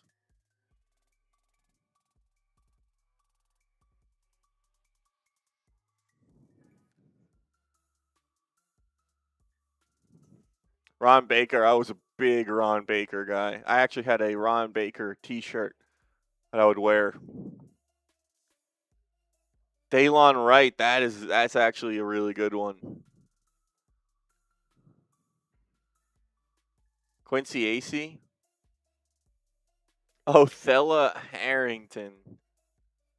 That's a real person, right? Joseph. I wish I played for the Knicks. I wish I did.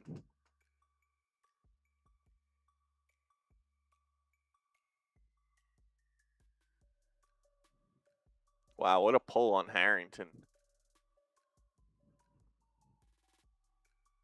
Dalen Terry. Nick Legend. Dalen Terry. Plumlee. Marshall Plumlee. I got to ask Marshall about that. If he was hyped up when we signed him, Marshall. Bibby. DeAndre Jordan. Harkless. We said Harkless as well.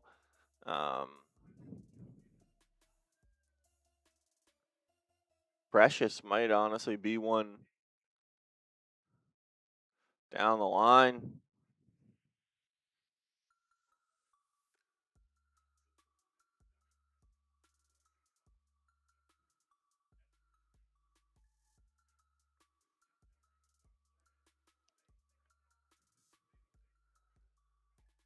Where are the moves at? Carmelo Anthony Johnson, what a pull. What a pull.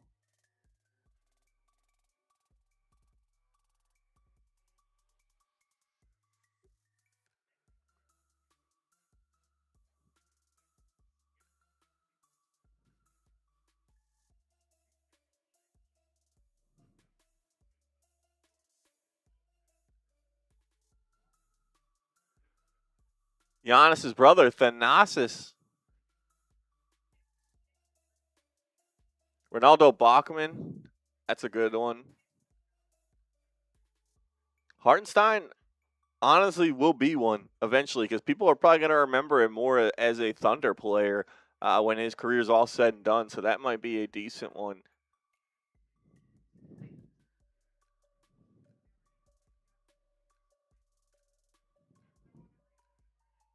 Spike Lee. I bet Spike Lee wishes that he suited up for the Knicks. Courtney Lee, not a bad one.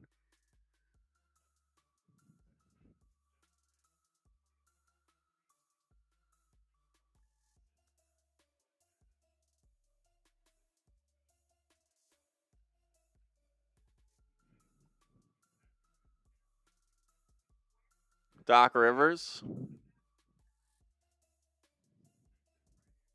Oh, man. Can we just get some free agency moves, guys? I don't understand why there's no signings happening. Brutal. Baron Davis.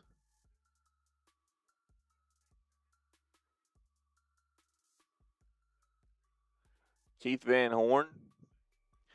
The moves should be coming in, man. They have just not been happening. We'll take you through it. I'll take you through everything that has happened today. Started the day with Fontecchio. No moves.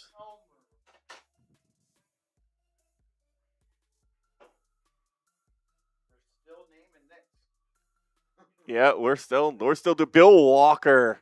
I loved Bill Walker. They've been saying we've been venturing into fans, we've been venturing into coaches. Someone said Mike Miller, which Knicks coach Mike Miller. Was Marshall Plumlee ever a Knick? Oh, yes, he was. That's why I meant to ask you about that. Someone said Marshall Plumlee, and I said, no you must way. have been fired up when they signed him. He was. When? I have to look up the years exactly, but I don't remember that. Does Dante DiVincenzo now count as a random Knick? Or he was too good? It's going to be because he only played the one season. Yeah. Well, Rasheed Wallace. Someone said Hartenstein. I'm like, it's going to be because people are going to remember him more for Oklahoma City. Tony Brothers again? Yeah. 2016-17, 21 games for Marshall Plumlee with the Knicks. One game started. I do not remember that. Yep, Ron, yep, Meta World Peace, yep. Were you a Willie Hernan Gomez or a Billy Hernan Gomez? I think I started out as a Willie and I changed to Billy once I realized that's how it was pronounced. Will Precious Achiuwa ever be a random Nick? He's been named, I feel like, probably at one point. Yes, he will be. Can you name the starting five from Game 7 versus the Pacers?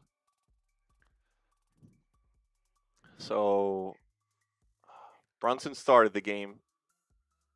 DiVincenzo, McBride,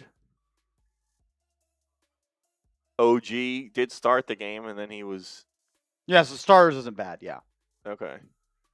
What about Mohamed Diawara? He played 1 minute in Game 7. Shake Milton is actually could That's be a good pull. one. Yeah. Shake Milton's a pull. Who just pulled Shake Milton? Maribeth. Jericho Sims. That's going to be one. We're going to be able to say that Mohamed Diawara played Game 7 for the New York Knicks. What are we doing? What were we doing? Becky Hammond. Liberty pull. James Flight White. That's a good one. That is a good one. Carl Anthony Towns. Haven't heard that one yet. Good one. Jalen Brunson.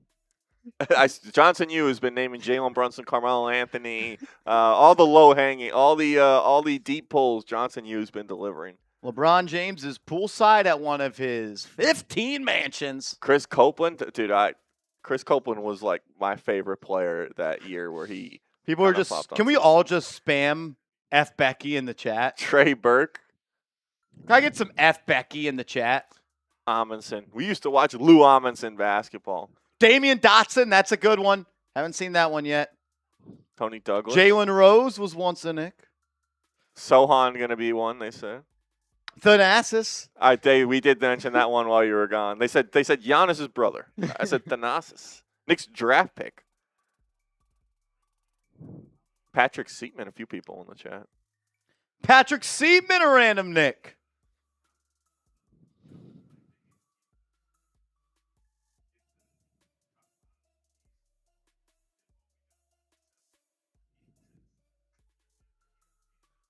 Someone said Bargnani, and I said, please don't remind me.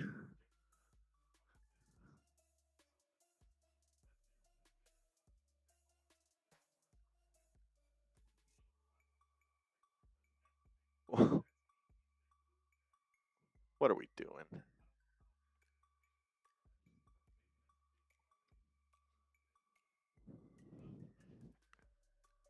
Travis Ware. Travis Ware.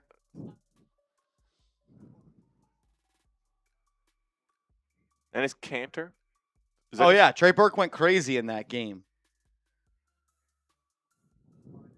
Vucevic. Sasha. Shannon Brown. Was he a Nick? Maybe. I went to a Knicks game with my dad where I think Vucevic took the last shot and they lost.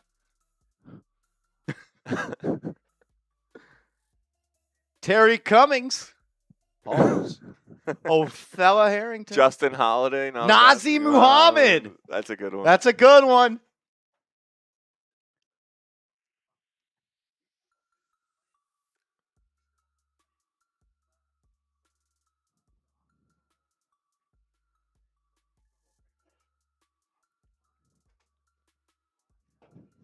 Evan Fournier.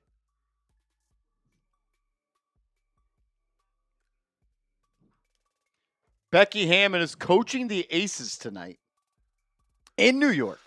And they are a Knicks fan behind the Aces bench, and they're ready. That is money well spent. I'll be right there. Yeah, that is money. I would literally I would be chanting just bad things at her. Yeah, not unrelenting. I would not be nice. And I'd be A-okay if I got forever banned from the WNBA. Yeah, it's at Barclays, so you don't even have to worry about getting banned from the arena. Cam Reddish, that's honestly going to be Cam one. Reddish, that's a good one. Rebecca Harlow. Real ones, no. Rebecca Harlow. Ricky Lito, that's a good one. Channing Frye.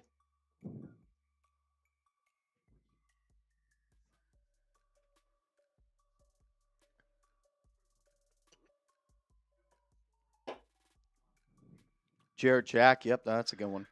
That's a good one. Our chat rate is booming. These numbers have never been better. Jericho Sims on the screen. We talked about him. Wow, he's still in the league. Yeah. Oh, yeah. Oh, yeah. Chasson Randall, that's Wow. a good one. That's a good one. I thought he had game. I thought he had game. I haven't heard that name in about 10 years. That's a good one. I'm gonna cheat, and I'm just gonna start going to like throwback Knicks rosters. teams. 2014 Knicks roster. Let's go to the 2014 New York Knicks roster. See if we could find any. Lance Thomas. Oh, I know my he was God. a captain. Captain. At Landry Fields. Not even the most famous Landry to play for the Knicks. Correct. Yeah, there you go. Who would be? Shamet. Samuel Dallenberg. Yeah, we talked about that. Oh. We also got Lito was on this squad. Let's go back to Tyson Chandler. Not. It's. He did win. You're not going super deep. Yeah. Roger Mason. Wow. 2010 Roger Mason. We talked Routens. We talked about Rice-A-Roni Turioff. Amari Stoudemire. What a pull. Evan Fournier. We got Sheldon Williams and Sean Extra. I remember Williams. the Williams. My last one. Nate Oh, Robinson. loved me some Nate. I could watch Nate Robinson highlights all day. Jonathan Bender. I'm going to be honest. I'm not even sure I got that one in my bag. J.R. Giddens. Al Harrington. Jordan Hill. Eddie House. Larry Hughes. Darko. Sergio Rodriguez. And Henry Walker. Let's go back another year. I'm going to Chris Wilcox. an old Knicks roster. Ooh. Marty Collins. What about Chica Samb? No, if you told me that was a fake name, I'd believe you. Demetrius Nichols. Jerome James. What year are we in? 2008. 2007. Marty Collins. I just said Marty Collins. What about Fred Jones? Jones? Spam Jones. Who the hell is Randolph Morris? Malik Rose. Malik Rose, bucket. 0607. That's what I Kelvin Cato. Yeah, I don't know about Kelvin Cato. Jamal Crawford loved him. Randolph Morris again. Malik Rose. I always like Quentin Richardson on the Knicks. the headband. Trevor Keels, that's a good one. That is a really good one. Do you think Dylan Jones will be a good one eventually? What about Ime Udoka?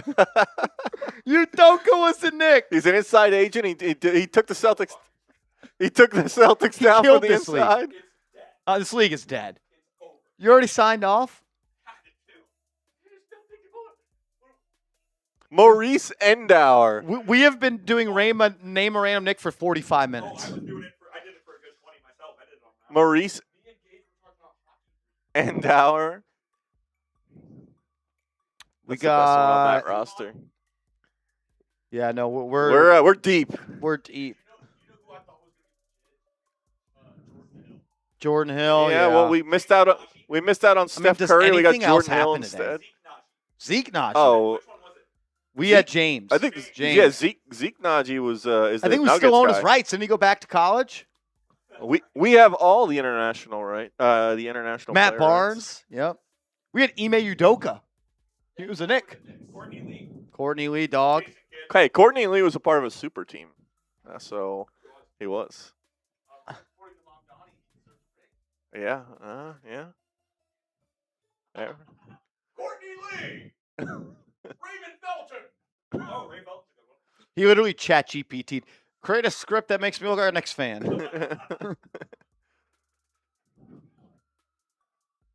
Yeah, all right. This is horrible, dude. Track what? DeAndre Ayton and Kurt all Thomas. the players that were signed. We have no graphics. I've been up since midnight breaking these graphics. Craig Porter. No sleep. Craig Porter, Malachi Smith. Oh. What up, Ahmed? Yeah, run it back, man. What are we doing? This is brutal. I mean, this is bad. The NBA said people are excited. Hope they're excited for nothing. We're going to give them the news they've been waiting for, which is we're going to move the NBA Cup to Indy. We've got all eyes on the NBA. What are we going to do?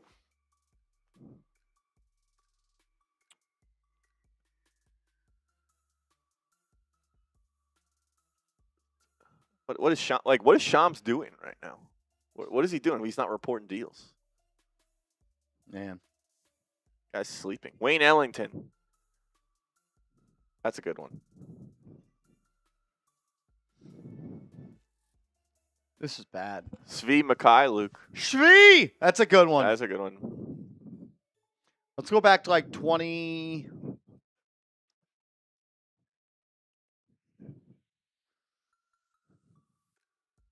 About like 2014, 2015.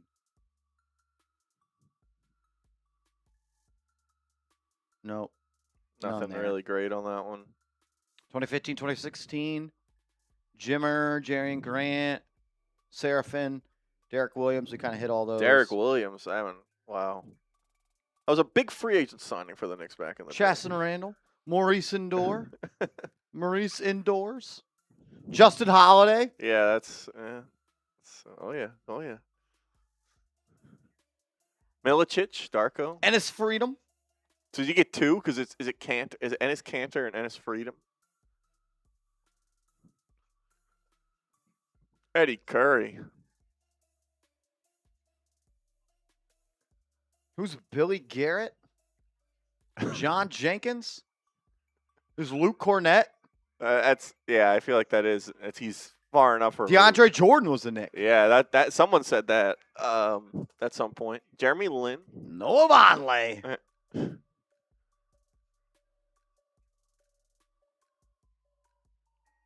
Ignas Brazdeikis.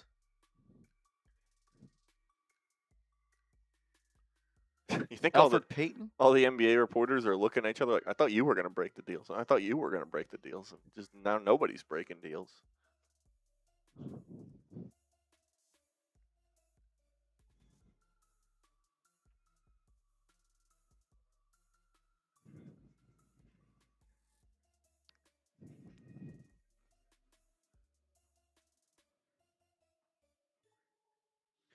Someone said Scott Skiles before.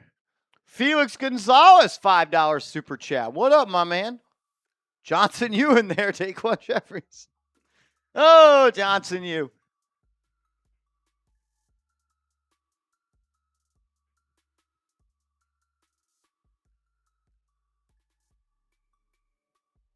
Oh, Darren the Tuber, my bad. In the craziness, I missed Darren the Tuber's super chat.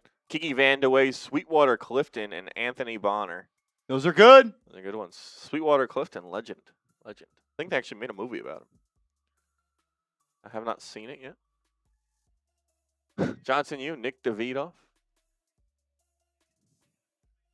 I feel like you could go with some of the ex-producers of the channel. Start naming Knicks Now deep polls. Niche Knicks Now polls. This is brutal. Felix. Marshall, what would be a Knicks trade in the offseason that's realistic but would shock you? Deuce McBride being traded. Like right now, there's no way that's focused. Deuce McBride is I think, realistic but would shock me. Johnson is listing chat sports hosts. in the chat. That's probably it, though. I don't really think any other trade would shock me. Like, I think if they traded a rotation player other than Deuce, that would be shocking, but that's not really realistic.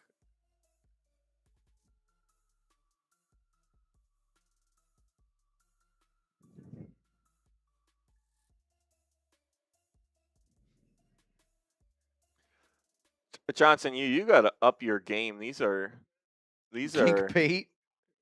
Dink Pate's a good one. Johnson, these are easy chat sports ones. What you got to go deeper than this. Let's get some producers, some in there. Johnson, I know your bag's deeper than that.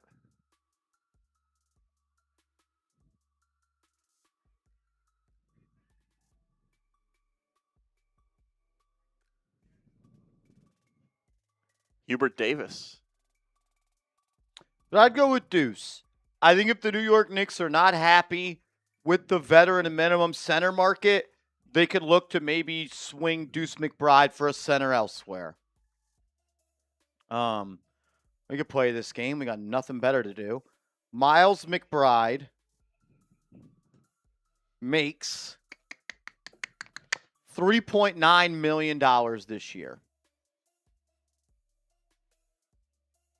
So highest paid centers in the NBA.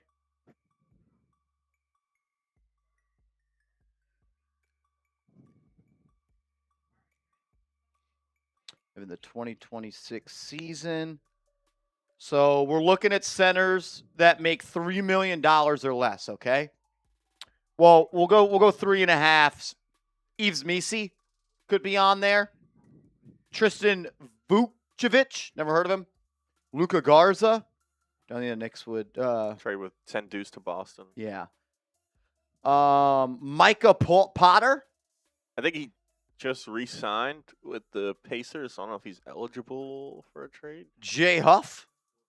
Also a Pacer, correct? Yep. Neemias Queta. I don't think the Knicks and Pacers will be doing business with each other. Ryan Kalkbrenner.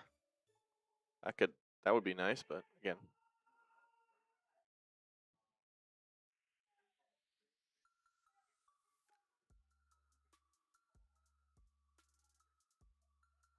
Kalkbrenner for Deuce. Would be sweet. I would do that.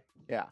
Because it's Kick nothing that against can down the road. It's nothing too. about Deuce, yeah, but you're like the conversations we're having about like Mitch are going to be the same conversations we're going to have about Deuce next year because he is going to get a significant raise in his next contract, and I don't think the Knicks will probably be able to afford it. So, if you wanted to do like Joey O'Donohue, good one, Johnson.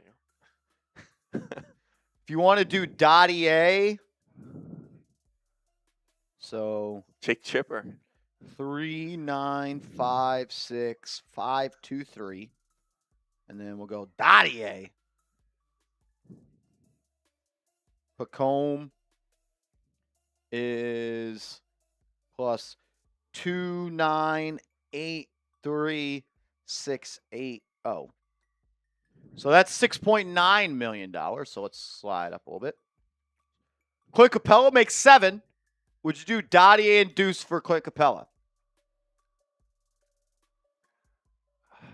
What did he do last year? I got to get a clear picture of what he is currently capable of. I think stylistically, he's got a similar playing style to Mitch in terms of being that rim running guy who's not going to give you like shooting, but he can kind of protect the rim a little bit. Clint Capella last year, 4 points a game, 4.5 rebounds a game, 52% from the field. So, I mean, 12 minutes a game for the Rockets, a significant step down from Mitch, but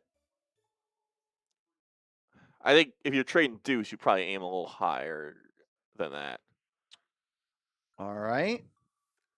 Then we got guys like Al Horford, who they just signed. They're not trading. Zach Edey. I don't think Memphis is trading him. Come on. Malwatch. Recent first-round pick from the Phoenix Suns. Doubt they're trading him. Paul Reed. Doubt you're doing a deal with the B-ball Pistons. Paul. Derek Queen. Not getting him. Thomas Sorber. Recent first-round draft pick. Khalil Ware was just part of one of the centerpieces of the Jan Hansen. Joan Behringer. Taj Gibson, and we're right back to Yves Misi.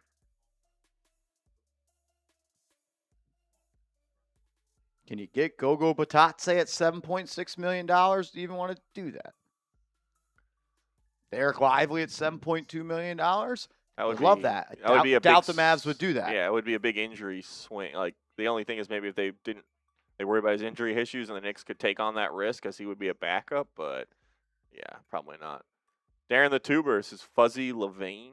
Just kidding, he's only a coach as a player, 76. Shout out to my guy Darren the Tuber.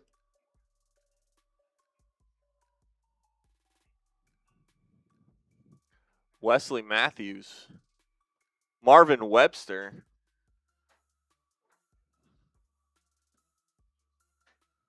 Realistically, like. What point do y'all play the game 5 watch party stream on? I'd rather watch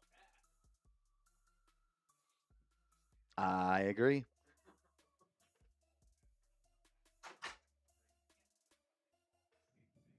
You just don't know, man. You just do not know.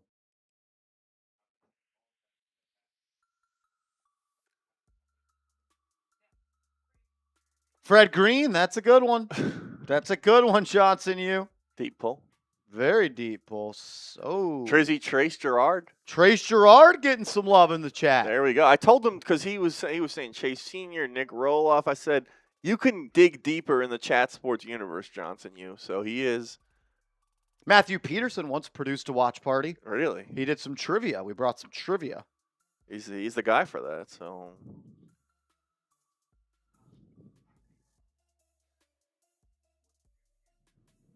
Cam Carr on draft night. Do draft night trades count? No.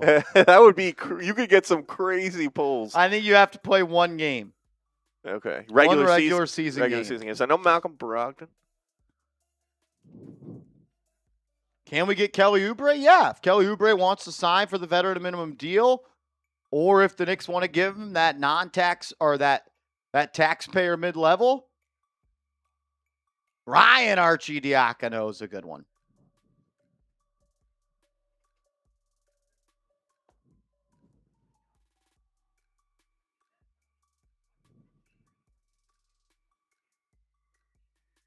John Coulter says, hate Oubre.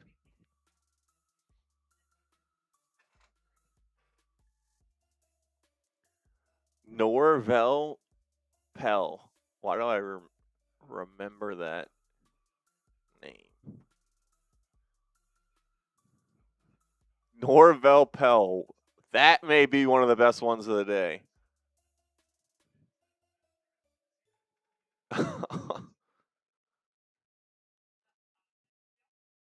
Norvel Pell. 9 regular season games for the Knicks.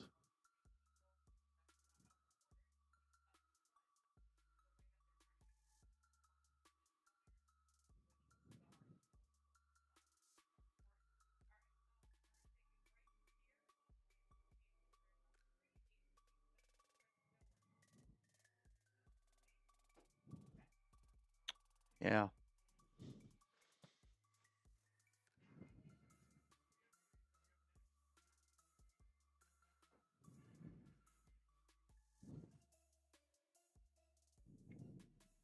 Baron Davis is a good one. Isn't he exploded in that for the Knicks? He put his life on the line for the He Knicks. died for this team.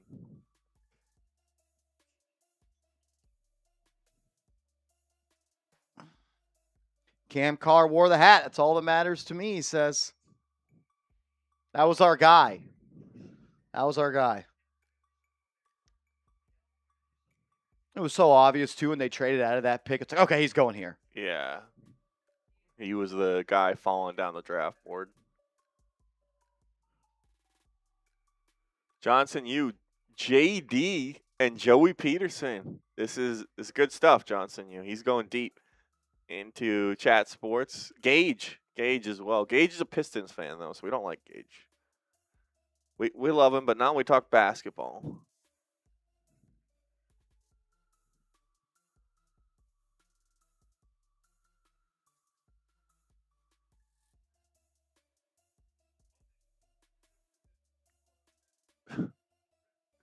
I didn't even see the Jack Lotteray one. That's good. That's real good.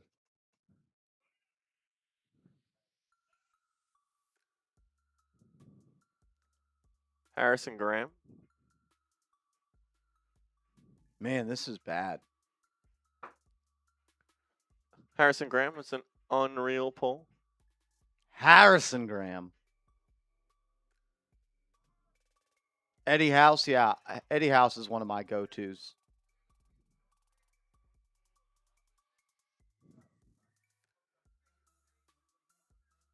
Yeah, exactly. Remember when free agency was the most exciting time of the NBA calendar? And now we get this nonsense. This is the worst NBA free agency Ever. of all time. It's bad.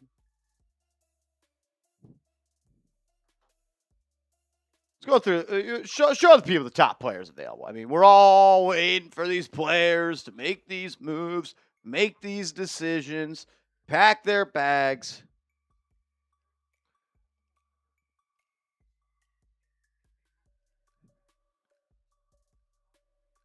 Yeah, I mean, obviously, as soon as LeBron James announced he was changing teams, he jumped to the top of this list. I mean, it's not often that one of the best players of all time, even despite his age, is going to be available for no trade costs in free agency. So LeBron, really, for obvious reasons, number one on this list. Still a high-level player at his age, even if he's not what he once was. Then it turns to a pair of young, restricted free agent centers. So Jalen Duren and Walker Kessler cannot just sign with new teams. They can negotiate with teams. They can sign offer sheets. But the Pistons and the Jazz, respectively, have the ability to match any offer they do sign. So there could be potential rumors about sign-in trades for those guys, but they can't just outright sign with teams. Then you got Norman Powell, the sharpshooting guard of the Miami Heat, formerly of the Clippers, and a variety of other teams as well. One of the best shooters available in free agency. And then Tobias Harris, a guy who we've seen up close and personal as Knicks fans battle against the Knicks, whether it was of the Pistons, formerly of the 76ers, and a variety of teams before that. He's available and may have earned himself a nice payday with a strong season and playoffs right before he became a free agent. Moving down on the list, you got Jonathan Kuminga, a guy who is often in the news for he was with the Warriors, then he kind of wanted out of Golden State, was with Atlanta, played a little bit against the Knicks in the playoffs, did actually some really good things, or some pretty good things, I think, against the Knicks in round one, but he is now a free agent, and he's looking to get paid. Rumors about him to Sacramento, potentially. You got Rui Hachimura, the shooter for the Los Angeles Lakers, has some size as well, so can give you some size, some shooting, and shot the ball really well in the playoffs. That's why he jumped up on this list to number 7. Quentin Grimes, former Knick, looking to get paid after he was traded a few times, ended up in Philly, was on a 1-year deal this past year, and after being a restricted free agent, and he is now looking to change teams and get a payday. Tari Eason, the wing from the Rockets, and then Peyton Watson for the Denver Nuggets, former first-round pick for them. They are looking to retain him, and I've kind of heard that they would rather trade some of their existing guys in order to create space to try and retain Peyton Watson as they try and retool around Nikola Jokic and try and win him another ring. Anthony Simons comes in at number 11 as a guy who has, again, bounced around a little bit, but now is a free agent and available to sign. I've heard some things connecting him to the Miami Heat. We'll see if he ends up there. Benedict Mathurin, former Indiana Pacer, and then Los Angeles Clipper. Would think the Clippers would want to bring him back, especially now they just traded Kawhi Leonard, trying to kind of go into their next era of Clipper basketball. John Collins, available, a guy who used to be able to give you 20 and 10 earlier in his career, is not really the same player he once was. Has been spent the last couple of years with the Utah Jazz. He's a free agent, could be a nice pickup for some team contending if he's able to take a smaller deal. Then you got Colin Sexton, a guy who can give you 15 to 20 a night, may not be the most efficient, but a kind of a volume scorer throughout his career. Kelly Oubre Jr., guy that Knicks have matched up against a lot with the Philadelphia 76ers, would be a nice pickup for a contending team, can knock down some corner threes, give you some defense, some athleticism, even as he is in the back end of his career. Then Dean Wade, Cleveland Cavalier. I think they are trying to bring him back, and they may actually try and trade some other guys, try and clear up room to bring him back. But we'll see if Dean Wade remains a Cavalier. Luke Kennard, another shooter from the Lakers. We'll see if they try and bring him back around Luka Doncic now that LeBron James is no longer going to be a Laker. And you got Sandro Mamukelashvili from the Toronto Raptors. They just made a big move acquiring Kawhi Leonard. Are they going to try and bring back Sandro to help build out that team? Keon Ellis, former King and then Cavalier, and I think Mike Brown has a good relationship with him. Haven't heard anything of connecting him to the Knicks, but guy who did play under Mike Brown. And then Nick Richards, the center, comes in at 20 on the top free agents available. Knicks are obviously looking for help with the center position. I wouldn't rule out the fact that they could sign Richards, but they've been kind of connected to him for a while. They haven't actually pulled the trigger on any sort of trade, so not sure or the likelihood of them landing Richards, but wouldn't put it out of the question. So those are the top 20 free agents currently available in NBA free agency. Again, no moves, or we've reported all the moves that have happened so far. But those are the guys available right now in NBA free agency. Do you see any of those guys potential fits for the Knicks, Marsh? I know a lot of people want to bring Nick Richards to the New York Knicks. I'm not very high on Nick Richards as a player, but Knicks are going bargain bin shopping, and with the way their money is situated and the way that the second apron is at this point, they're going to be looking for a backup big that maybe wants to. I mean, you look at those players, and it's like, can player 10 through 20 play in the NBA Finals? And they needle movers. Probably not. Can they play in the NBA Finals, though? Like, Yeah. if Nick Richards is playing in the NBA Finals, you're probably not winning. You're in trouble. If Mamu Shaka plays in the NBA Finals, you're probably not winning. Keon Ellis couldn't even play on the Cavs, and they were in the Eastern Conference Finals.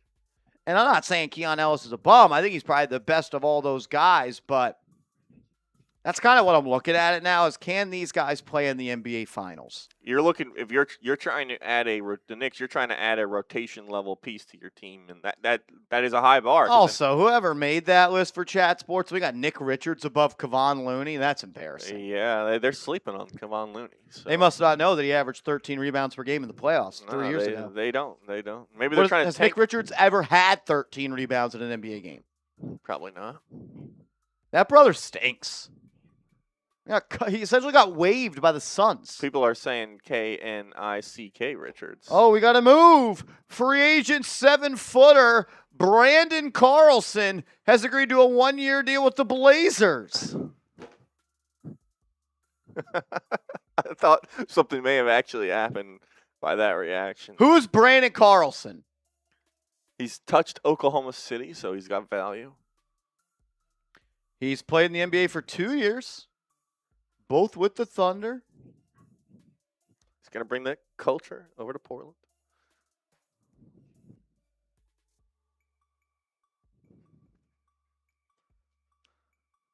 Yeah, where's the Mitch Rob news? You think it's the longer it waits, the that's better. a good thing for the Knicks. Yeah, the fact that he hasn't signed with another team.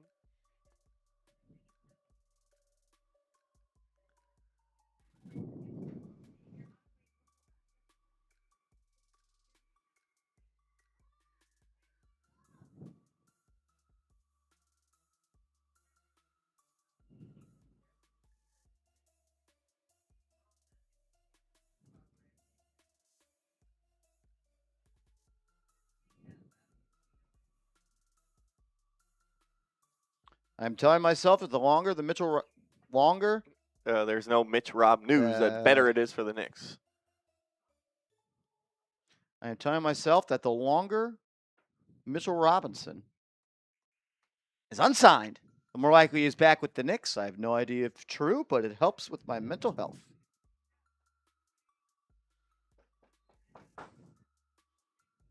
Sports Gamer Fan says, yeah, guys, free agency is dead. It's the Yeah. opening day of free agency, and we have Nick Richards in the top 20.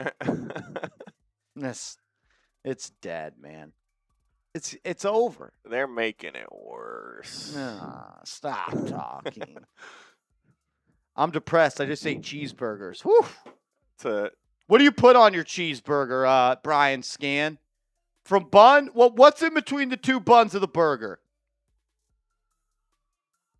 Like you're going to jail for life.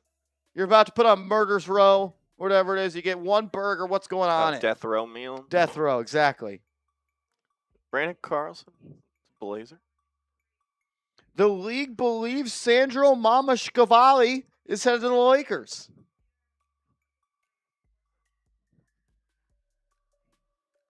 Per Brian Windhorst. He said that's what people in the league believe, and he would basically replace Rui Hachimura. Where did we have Rui? They just don't play the same position. Was Rui not on our list? He was number 7, I believe. 7. I think they really just don't play the same position, but okay. Vinny Pip in the building. How's that knee? Yeah. How's that knee holding up, Vincent? Hopefully it'll be good by the next time the Knicks win the championship, and maybe you can show up to our Knicks Now meetup this time.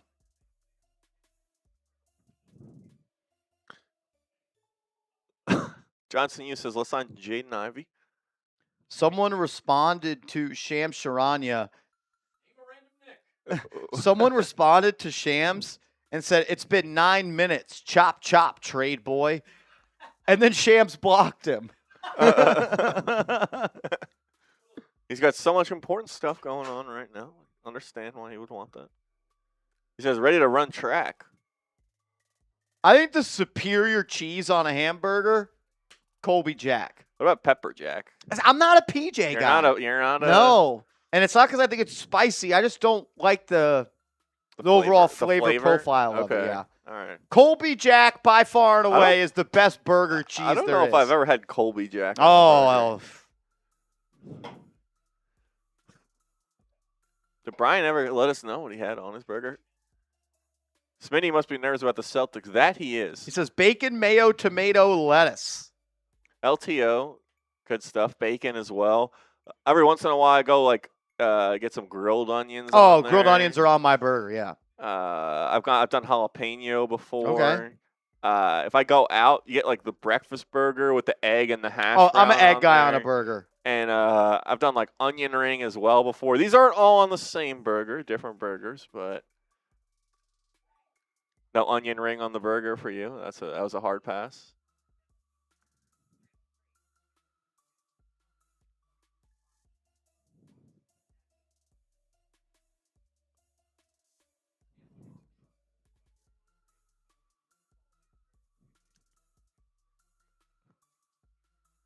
Kobe to LA. Kobe Sanders back to the Clippers. My guy, Kobe Sanders. When the Knicks drafted him, I thought that I was banging the table for him. I loved Kobe Sanders. And they drafted him to trade him. What else is new?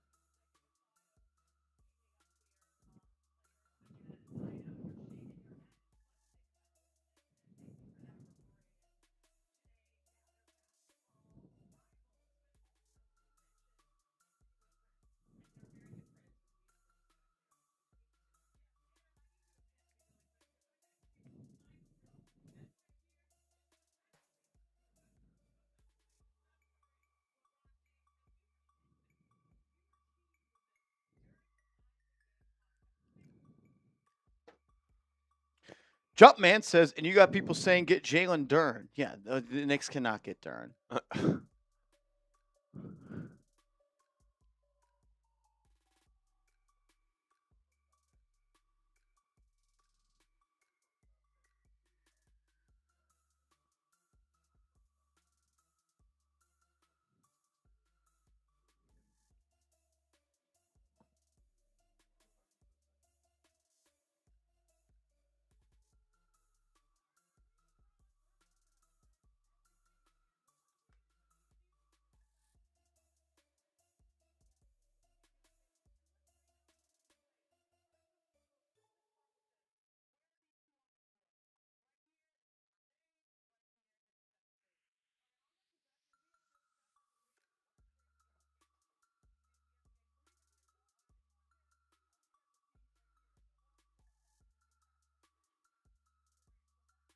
You got anything?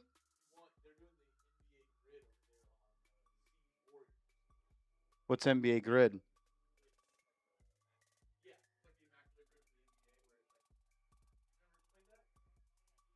I don't think so.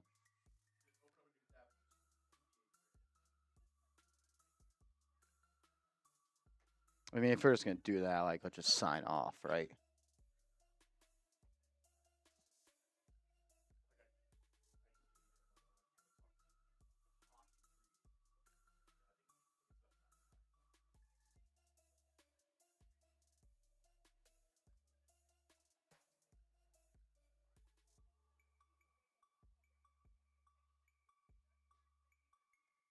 Like, what? Smartest thing they've ever done is playing in a college arena. In the middle of Indiana. Go feel the dream. Get an outdoor court in the middle of a fucking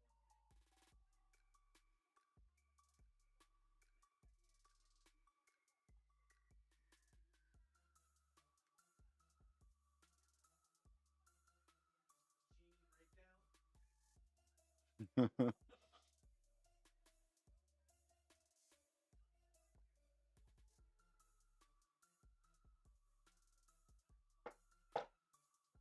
This is awesome, bro. I mean, Kobe Sanders. I mean, the league is shaking. Have you heard of the other guy, Carlson? Never. Never heard of him. Not a human. Not a human being.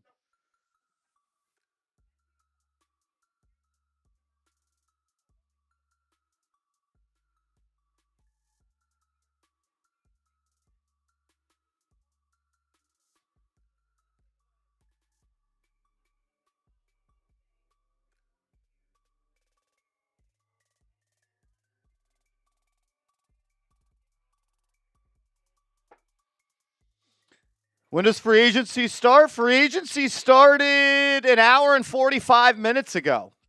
An hour and 45 minutes ago. Some of the moves we've seen is Kobe Sanders re-signing with the Clippers. Brandon Carlson signing a one-year deal with the Blazers. Tim Hardaway Jr. is joining the Miami Heat. And DeAndre Jordan is back with the New Orleans Pelicans. And that's about it. And that's about it.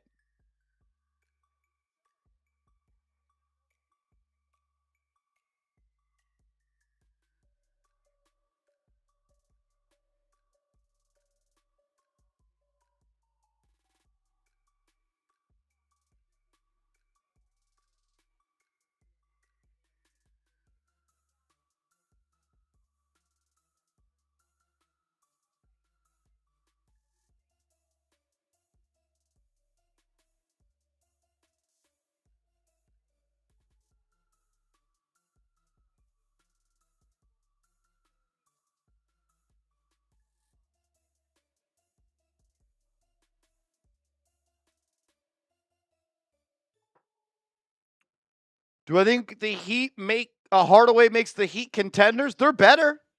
They're better.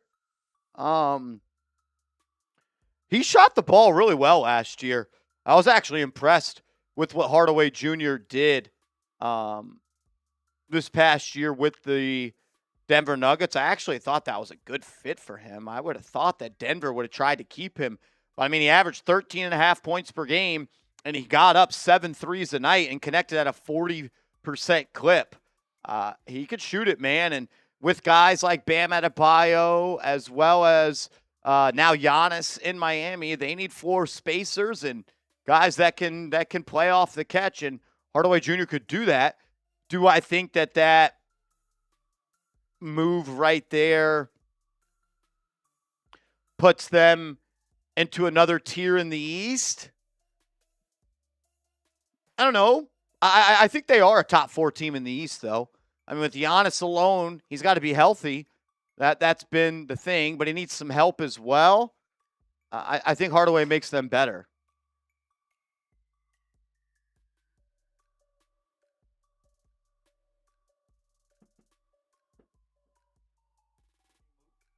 Yeah, Kobe Sanders. Oh, no moves. No moves. What do we think about Kawhi going back to the Raptors? Interesting. They had to do something. Couldn't just keep running this team back. Yeah, I mean, I feel like Kawhi, this wasn't really, like, reported as much, but, like, like, once they traded Harden, it was like, okay, you're kind of pivoting right now around this team. They traded Zubac, and everyone said, oh, they're going to hold on to Kawhi, but, like, your timeline changed big time once you kind of trade away those veteran guys. You get a Garland in return, a younger player, Zubac for the draft pick. Like, they kind of almost started to enter into a little bit of a rebuild, so I don't blame the Clippers for doing it. And if you're Toronto, like, how often does a player of Kawhi Leonard's caliber become available? I don't blame them for taking the swing as well.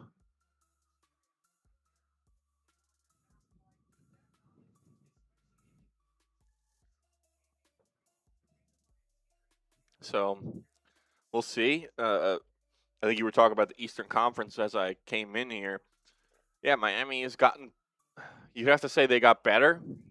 Toronto has probably gotten better. Boston, we'll see what happens with them. Philly, see what they do. Indiana, I guess, will be better than they were this past year if Halliburton comes back. We'll see.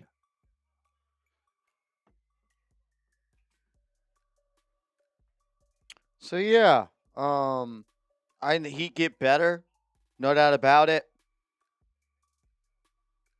But I still think there's a gap for them. Who's their starting point guard on opening night? The Heat? Yeah, Davion Mitchell, off night. Davion Mitchell. Off night. So Davion Mitchell, Tim Hardaway Jr., Giannis, Bam, and Pelle Larson. Kelly Larson, Fontecchio, Yeah, we're sleeping. Wiggins. Wiggins. Oh, can't forget about Wiggins. He's in the starting lineup. Larson will come off the bench. Seal Pasito in the building. Let's What's up? go. Seal Pasito. Shout out to my guy, Seal Pasito. What's up, brother? What's up? Keith Knox says Heat def gotten better. Yeah. You have not missed anything, Seal Pasito. Not a thing. Unless you care about Kobe Sanders re-signing to the Clippers. Or naming random Knicks. Or, yeah, we named random Knicks for an hour. Lord L. Boogie says, this is ass, but I'm zooted. I'm not sure exactly what that means, but I would say that's strike number one. That's strike 1 of 3. I don't know what you're saying, but I would say it's a strike. Strike 1. Darren the Tuber says medium rare. Oh, back to the burgers. Okay. Jalapeno, Munster cheese, spicy. That is, I feel like that is an eclectic mix there. Number one, Munster. I think jalapeno I've seen on burgers. Medium rare. Okay, for a burger that's, I feel like, not as common of a thing. But the Munster cheese kind of comes out of nowhere on that. I want a medium rare on a Yeah. burger. I don't want my burger. That's how I would get my burger. I would go a steak medium rare, burger medium. Yeah, I think that's the right call on that. And then spicy mayo. I'm not a mayo guy. I'm not a mayo guy. Not a mayo guy. I feel like if I was going to be, the spicy variety might be a better way to go than just regular mayo, but can we just end free agency early? It technically never ends. It's just like, I guess it ends like when the buyout stuff ends. Like, technically. Free agency does not ever end. Yeah. It's So you get to perpetual. playoffs. Yeah. Yeah, sports gamer fan, this is bad. This is bad.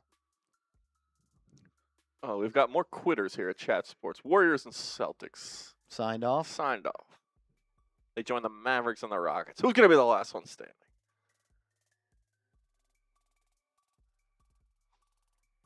Chat to you, Darren the Tuber.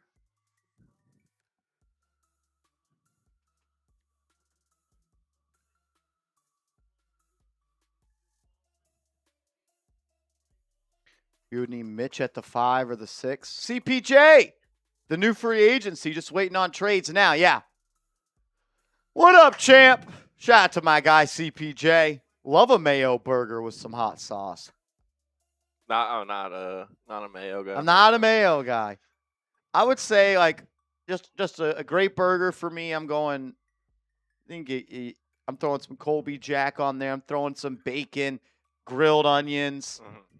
Honestly, throw an egg on there as well. And then a little bit of hot sauce. Just a little bit. Just to add some, bring it all together. Bring it all together. Trey Green in the chat. Oh, yeah. Says I don't blame him for leaving for more money. He says if Mitch does leave for more money, where do you hope he signs? I hope it's somewhere in the West. Hope it's somewhere in the West. Definitely not the Boston Celtics. There's some rumors that the Celtics could be interested in him. Of course they are, but I hope it's a team in the West. I don't ever want to have to play Mitchell Robinson in a playoff series unless it's the NBA Finals. How about the Lakers? Go be that rim-protecting lob threat for Luka. I think Mitch on the Lakers would be cool. Be cool if we got the news. What y'all's planning there? Trust me, you haven't missed anything. It cannot be the Celtics. I hope he doesn't do that, but he deserves his money, man. He deserves his money. If he becomes a Celtic, no longer part of the Knicks fan, no longer a Knicks legend. I would be forced to hate Mitchell Robinson. He can go fuck himself. Yes. I would be forced to hate Mitchell Robinson if he was a Celtic. I think because part of the reason is if he was, it probably like the Celtics are not going to be his only option. So if you choose to go there when you could go to a team like the Lakers or the Kings or whoever. I think the Lakers make some sense, even though Rich Paul and I guess Rich Paul doesn't matter anymore. LeBron's not a Laker. The Lakers are no longer a clutch. LeBron's not a Laker anymore. Everyone's going to Golden State. They're moving up and they're going to North Cali. It does feel like a traitor move to go to the Celtics. Yeah, like that feels like you're spiting the Knicks for them not paying you. It's like you. Tom Thibodeau going to Celtics practice. Yeah, and that really helped them this year, didn't it?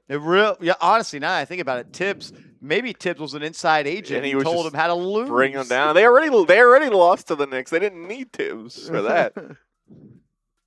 Oh gosh. I think it's been better here. I don't know. I just feel like sometimes I look up and it's I have the drunken goggles on.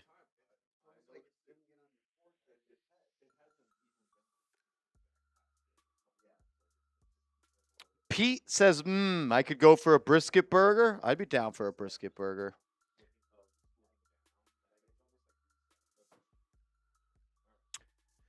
I don't know. Mitchell Robinson to the Hawks? I don't think so. I don't think so. They just signed Jock Landale for $14 million. I doubt they would pay both those centers all that amount of money. If you could sign Jock Landale instead of Mitchell Robinson, you just got to do it. The second apron rules today was because of the Warriors. It was because of the Warriors as well as all of the NBA teams that don't have very wealthy owners that just want to pay what they have to pay, and they don't want to have to pay more than they have to pay. So, yeah. It's kind of like what you see in baseball where, like, there's just teams playing on different – they're playing different It is games. all C.J. McCollum's fault. It is. It's C.J. McCollum's fault. John Coulter, money talks. Yeah, and I think you made a good point. This is Mitchell Robinson's chance to go ahead and secure the bag.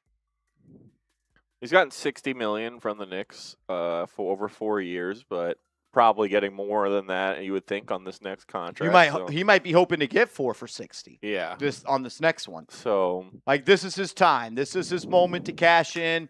You just came off the most healthy year you've ever had. You were a big piece on a team that just won a NBA championship. You're still under 30.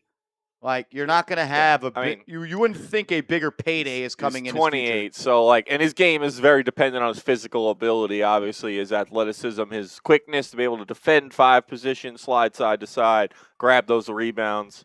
Yeah, at 32, you're not getting the money you're getting at 28 if he does look for a longer term deal. Is this actually good for us re-signing Mitchell Robinson? Feel like a team would have thrown a bag once free agency started. How long did it take for the Thunder to throw the bag at Isaiah Hartenstein? That's a good question. I am telling myself the longer that we don't hear anything, it's more likely that he is back with the New York Knicks. I do not have that sourced. I have no idea if that is has any shred of truth to it. It's a theory. It's a theory that makes me feel a little bit happier inside because I don't ever want Mitchell Robinson to leave. Yeah. I truly think he should be a guy, once a Knick, always a Knick, only a Knick. You stayed down for 8 years. You were on a 17-win team.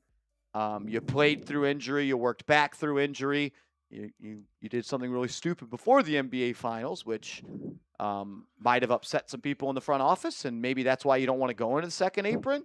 But Mitch has given this team everything. We've seen him grow up from an 18-year-old. He's a grown man now. Pretty much 9 years, I guess. 8 years, 9 years. I want to see him be a part of this team forever, and I want to see him always. Like, you have Mitchell Robinson on this team, and you have a superpower off the bench.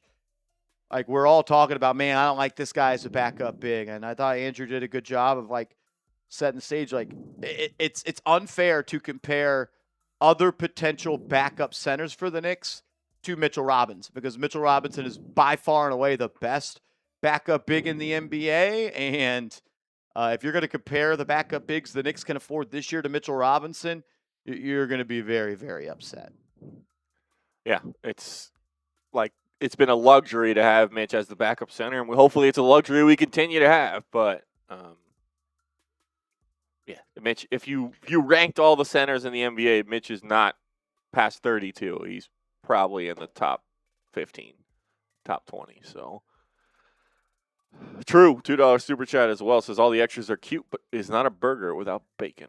There's got to be bacon on the burger. Yeah, it's almost like you don't even have to say it because it's just obvious. Yeah, getting a burger without bacon at this point, you're just doing it wrong. Well, you just stop talking at that point. Just stop ordering it. Yeah. I don't know. I am a big fan of the breakfast burger, and I would say that's the go-to. Mitchell Robinson sign and trade with Minnesota? For who? What, they're going to pay Mitchell Robinson all that much money, and they're going to pay Rudy Gobert all that much money? Gobert? I would be shocked. We're not taking Gobert, so. Johnson, you says, I like to put some raisins in my burger. Oh, all right. Like in the patty. Raisins in the patty? You're trolling. You're lying. You're not. What did the Rizzler say when you served him that? I do not believe you. And if you do that, you should be on a list. Psychopath. You should be on a list.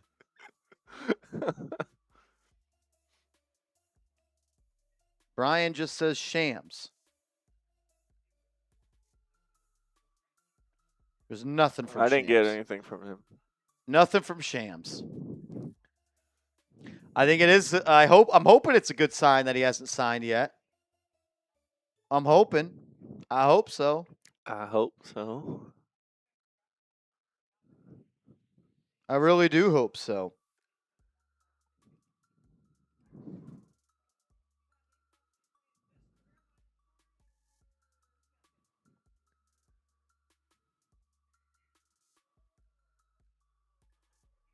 That's what I'm telling myself.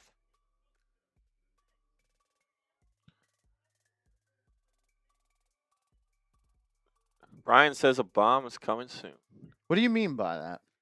I missed the friendly competition between Woj and Shams. Yeah, this was their day. And do you think that there are agreed deals that Shams does not know about? I'm going to say no.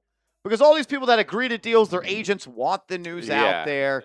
They want to look at me for 5-10 minutes. You notice that every time one of these deals comes out, the agents' names are always in there, negotiated by so-and-so, or the so-and-so worked hard to get this deal. Like, that is, like you said, this is their NBA Finals. This is when they work all year for this. So I don't know. I saw someone saying that like the NBA is trying not to have tampering going on, so they don't want these deals to come out quickly. They wanted to make it act like they're actually negotiating them now. And we all know that's not really true. I don't know if that's really a factor, but I mean,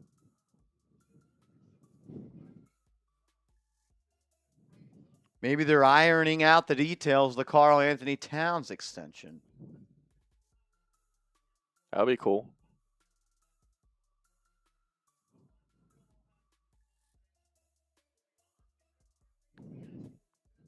According to Jay Chipper, Kelly Oubre is taking meetings. This is like a sweepstakes.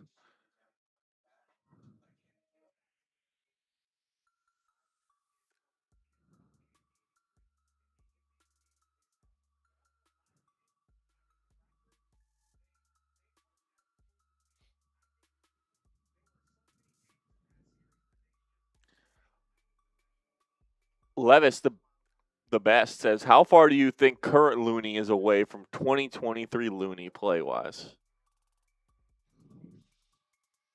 He's only 30. Yeah, we talked about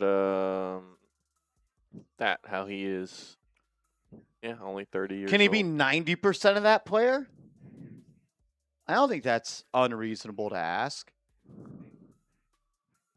Can he be 90% of that player that averaged 13 rebounds per game in the NBA playoffs and was good defensively and an underrated playmaker and a guy that does all the dirty work?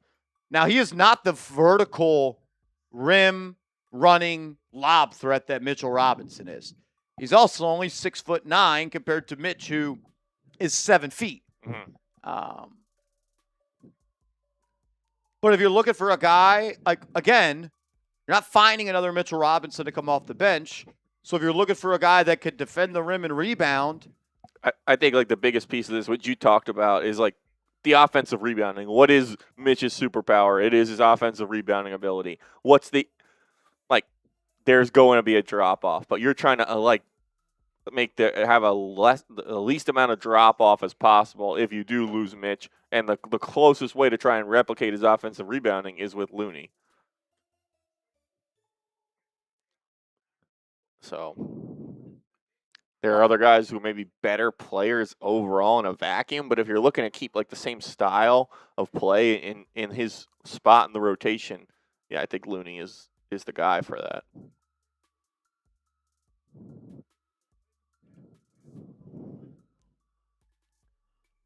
Good question.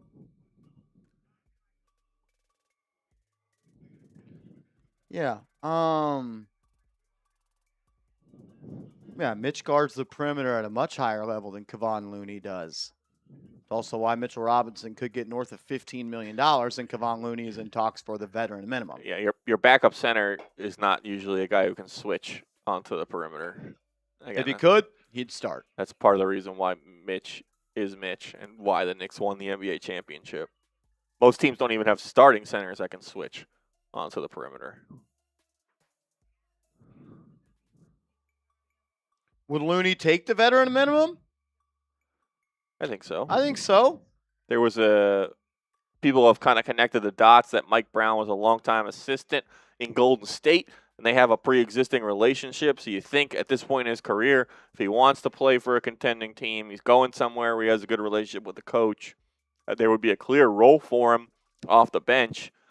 Checks a lot of boxes. Obviously, if someone's going to throw him more money, then that's the decision that he needs to make. But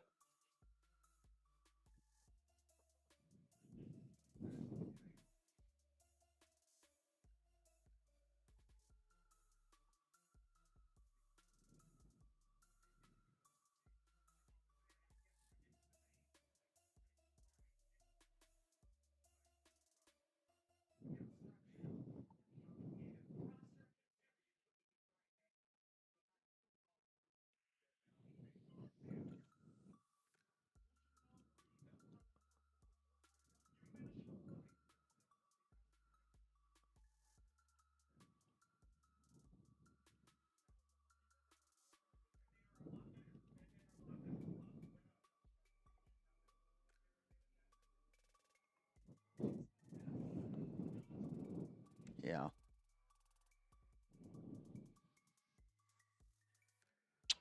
I don't know. Andre Drummond is out there. Guy that can rebound. You could do worse than Andre Drummond. You could do worse than Andre Drummond.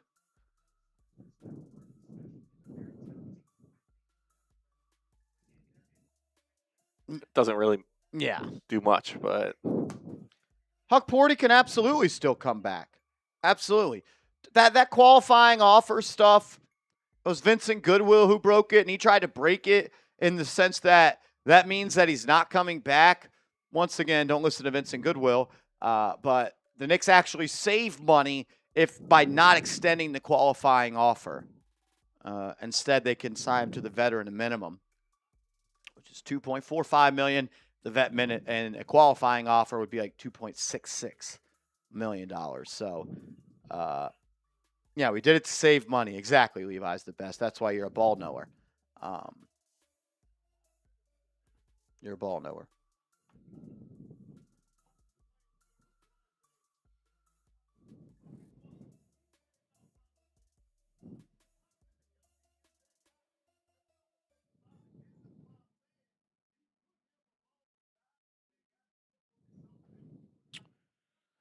As we are officially 2 hours and 10 minutes into free agency, not many moves have been made. I do not know of restructuring deals. I don't think you could do that. I don't think that can be done, even if the player and the team agree to it. I've never seen anything like that. Maybe the New York Knicks find a loophole in it, but I don't think that is all that likely. You do got to pay some bills here real quick and tell you about our presenting sponsor of today's show, and that is PrizePicks. If you like watching sports and you like making money and you want to make some money while you're watching some sports, download the PrizePicks app and get hooked up with America's #1 sports pick app. When you play your first $5, you get $50 in lineups instantly. So play $5, use the promo code HMA, and get $50 in lineups instantly. PrizePicks, it's available in all 50 states, plus Washington, D.C. Billions of dollars have been paid out, and it is safe and it is secure. Multiple ways to play PrizePicks. You can go with the lineup feature, where you pick more or less on 2 to 6 players' stat line, or you could pick winners, spreads, and totals. For instance, if you think that the United States World Cup team is going to beat Bosnia tomorrow, you can get in on that action. So download the app, create an account, use that promo code HMA, play your first $5 lineup, and then get $50 in lineups instantly. Be a real one. Support the show. Support the sponsor. PrizePicks. It's good to be right. I'm going to run real quick, AC, if you could hold it down here for a little bit. let's do it. I'm going to go make a call to Shams to get some deals done. There you go. You heard it here. Marsh is going to grease the wheels a little bit on some Knicks transactions here and get some action for us here in NBA free agency. In the meantime, we'll kind of just hang out here and keep waiting for something to happen.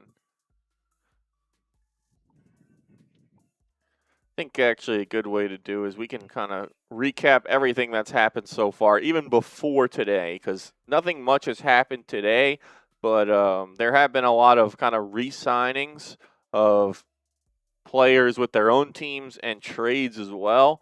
So we're going to kind of take it all the way back to the beginning here and just kind of recap everything, which is kind of part of the reason why you don't have as much going on right now. It starts with D'Angelo Russell, who signed a 1-year, roughly $6 million deal with the Wizards. Caldwell Pope exercise. Some of these are player options as well. So Caldwell Pope back with the Grizzlies on a 1-year, $21.6 million deal. Then the Suns, a couple of guys they brought back. Gillespie, Villanova Wildcat. 4-year, $48 million deal for him. Good story. Former two-way player with the Denver Nuggets when he entered the league. Bounced around a little bit. Finds a home in Phoenix. Plays really well last year. Shoots the ball from 3 really well. And he gets rewarded with a nice 4-year deal from Phoenix. And then Jordan Goodwin also inks a multi-year deal, 3 years, $19 million for him with the Suns. And we had a trade between the Thunder and the Hawks where Aaron Wiggins was sent to the Atlanta Hawks for a couple second-round picks. And the Thunder were kind of up dealing with some own restrictions of their own, salary restrictions. So that's why they went and made that move. Wiggins is still a good player. They just kind of had to shed some salary. That's why they get rid of him, and we'll see more on that from them coming up.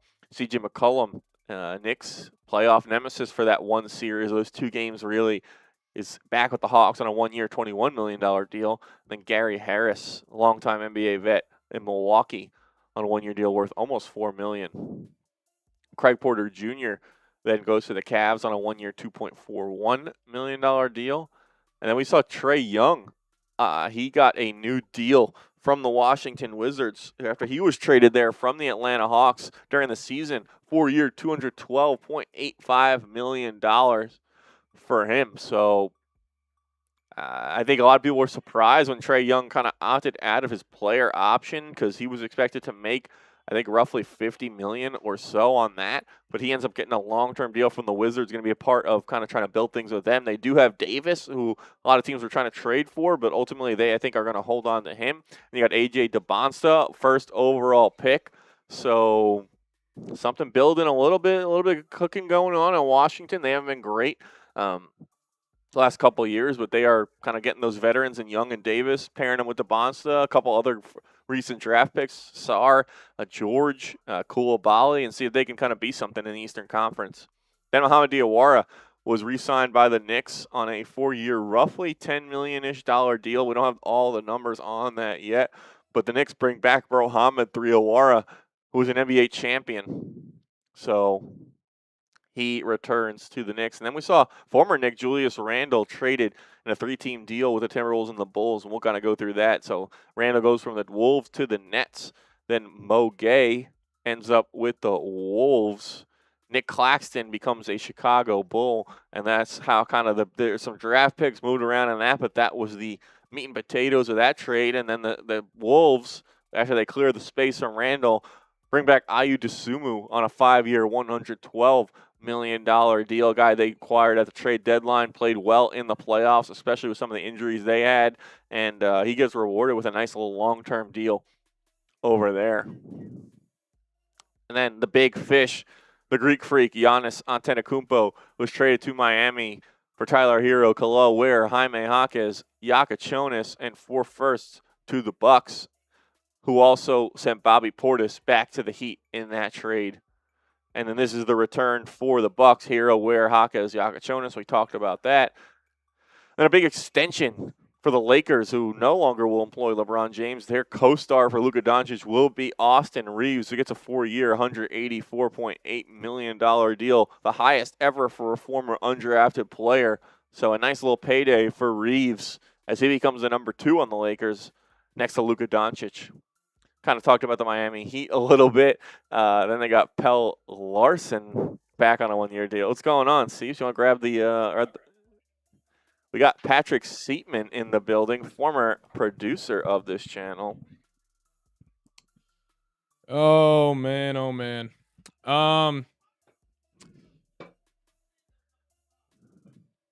Slow day. Yeah, this is brutal. I mean, we're up to what, two external signings? Yeah, I think it was? not much.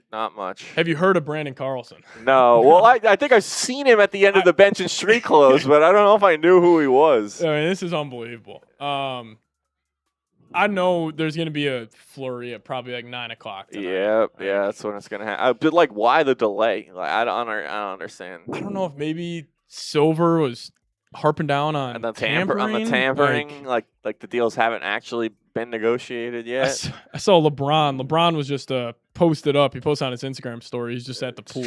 Just trolling everyone. Hanging out. No decision coming fast on that one.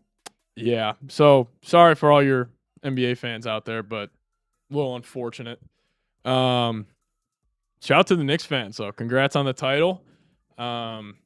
Hopefully Mitchell Robinson comes back. Yeah, we're kind of talking ourselves into the longer that it goes on, the more likely he is to return. Yeah, that would be sweet. But Kawhi going to the Raptors. The Eastern Conference is loaded next year. A lot of really good teams. But, yeah, Cam Jones, dude. I was going to say, you want to talk about the Chicago Bulls a little bit? Dude, Bulls been cleaning up.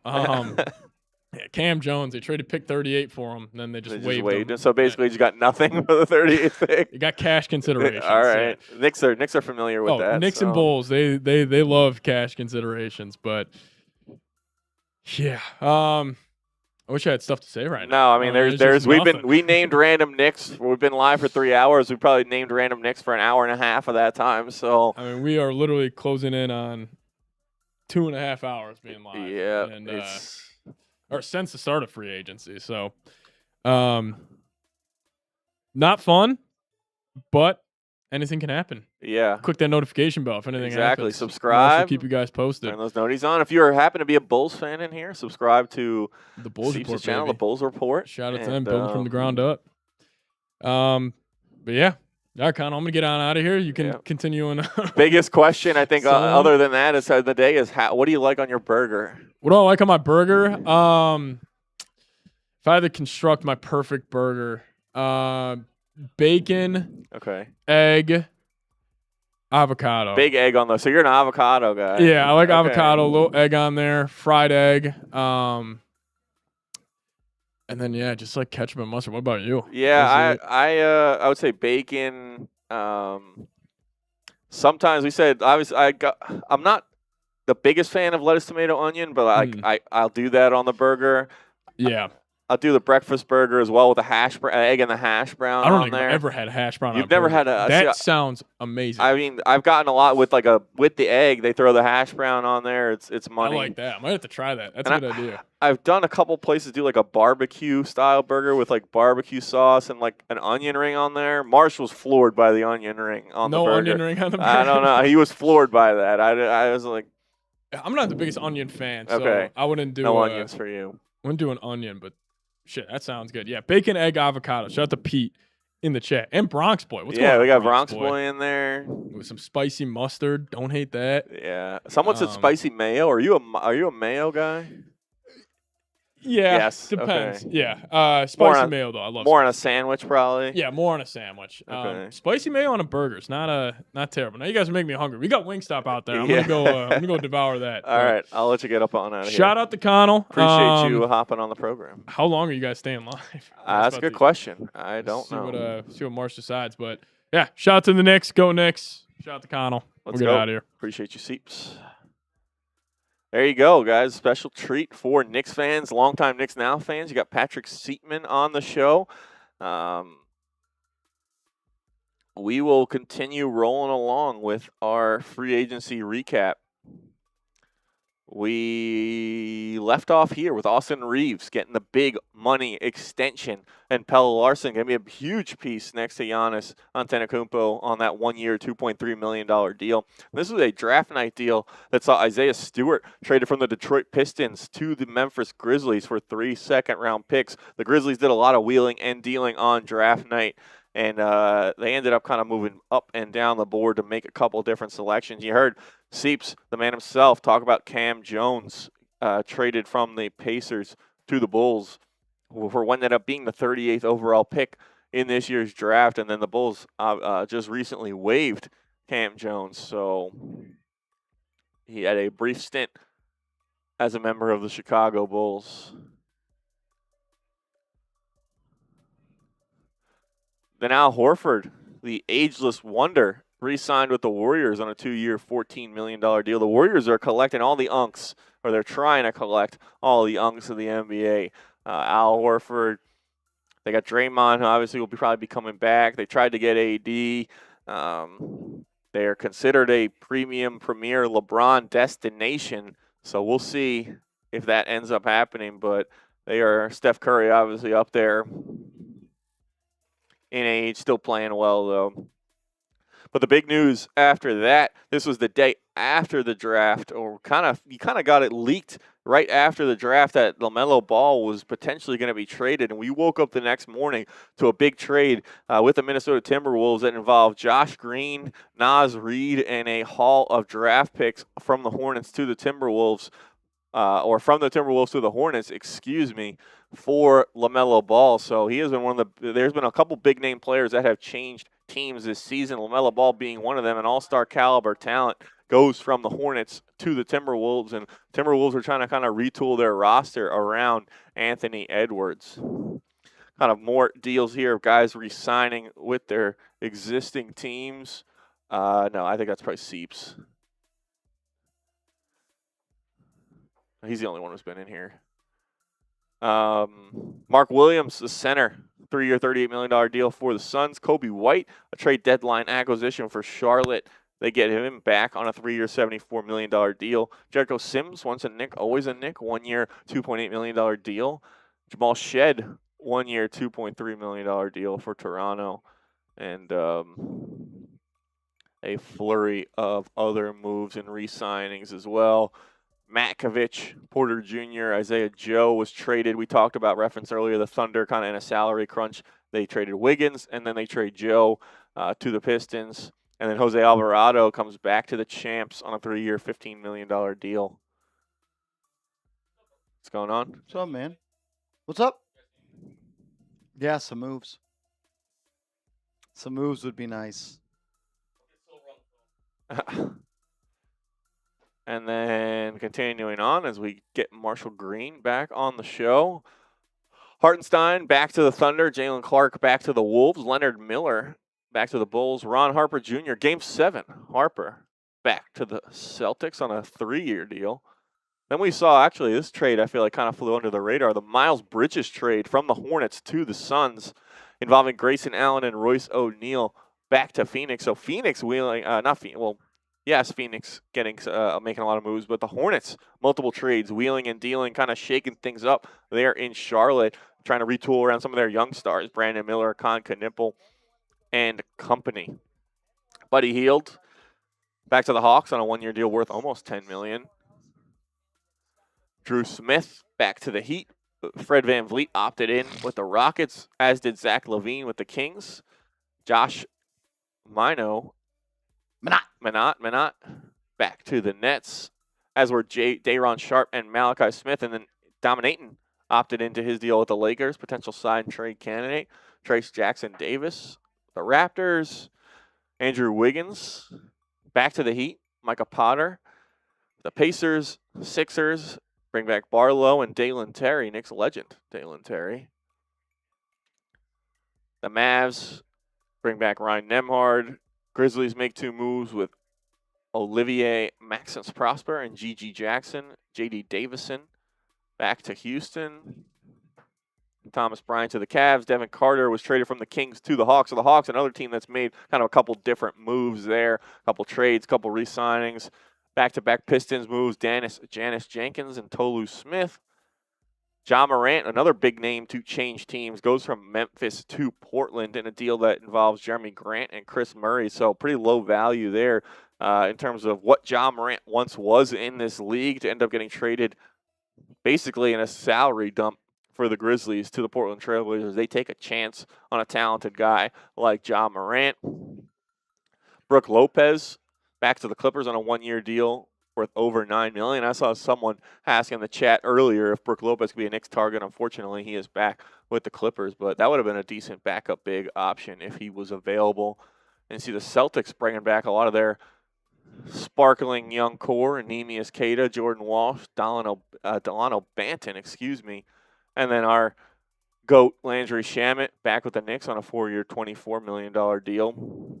Lou Dort had his option picked up. We saw Champagny getting a 3-year deal go back with the Spurs. Nurkic back with the Jazz. Amari Williams back with the Celtics. Pat Connaughton back to Charlotte. Jalen Pickett back to Denver. Taurean Prince back to Milwaukee. Jamal Cain back to Orlando.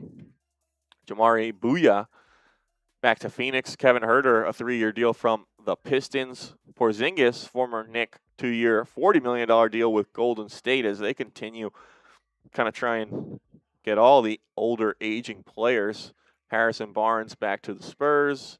And then we get to this morning where we've kind of taken you through. We'll go all the way through with Fontecchio to Miami, Robert Williams back to Portland, Landau to the Hawks, Chris Dunn, the Clippers, the Kawhi Leonard trade sends him from the Clippers back to the Raptors for Brandon Ingram, Grady Dick, and some draft compensation. Former Nick Precious Achiuwa, 2-year deal with the Kings.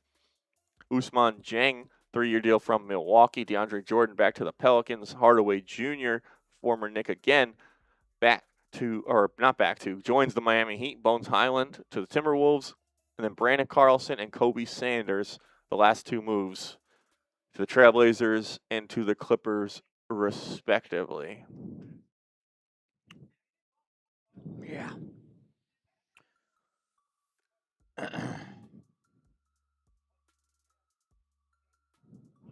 Not much. Not much today. Free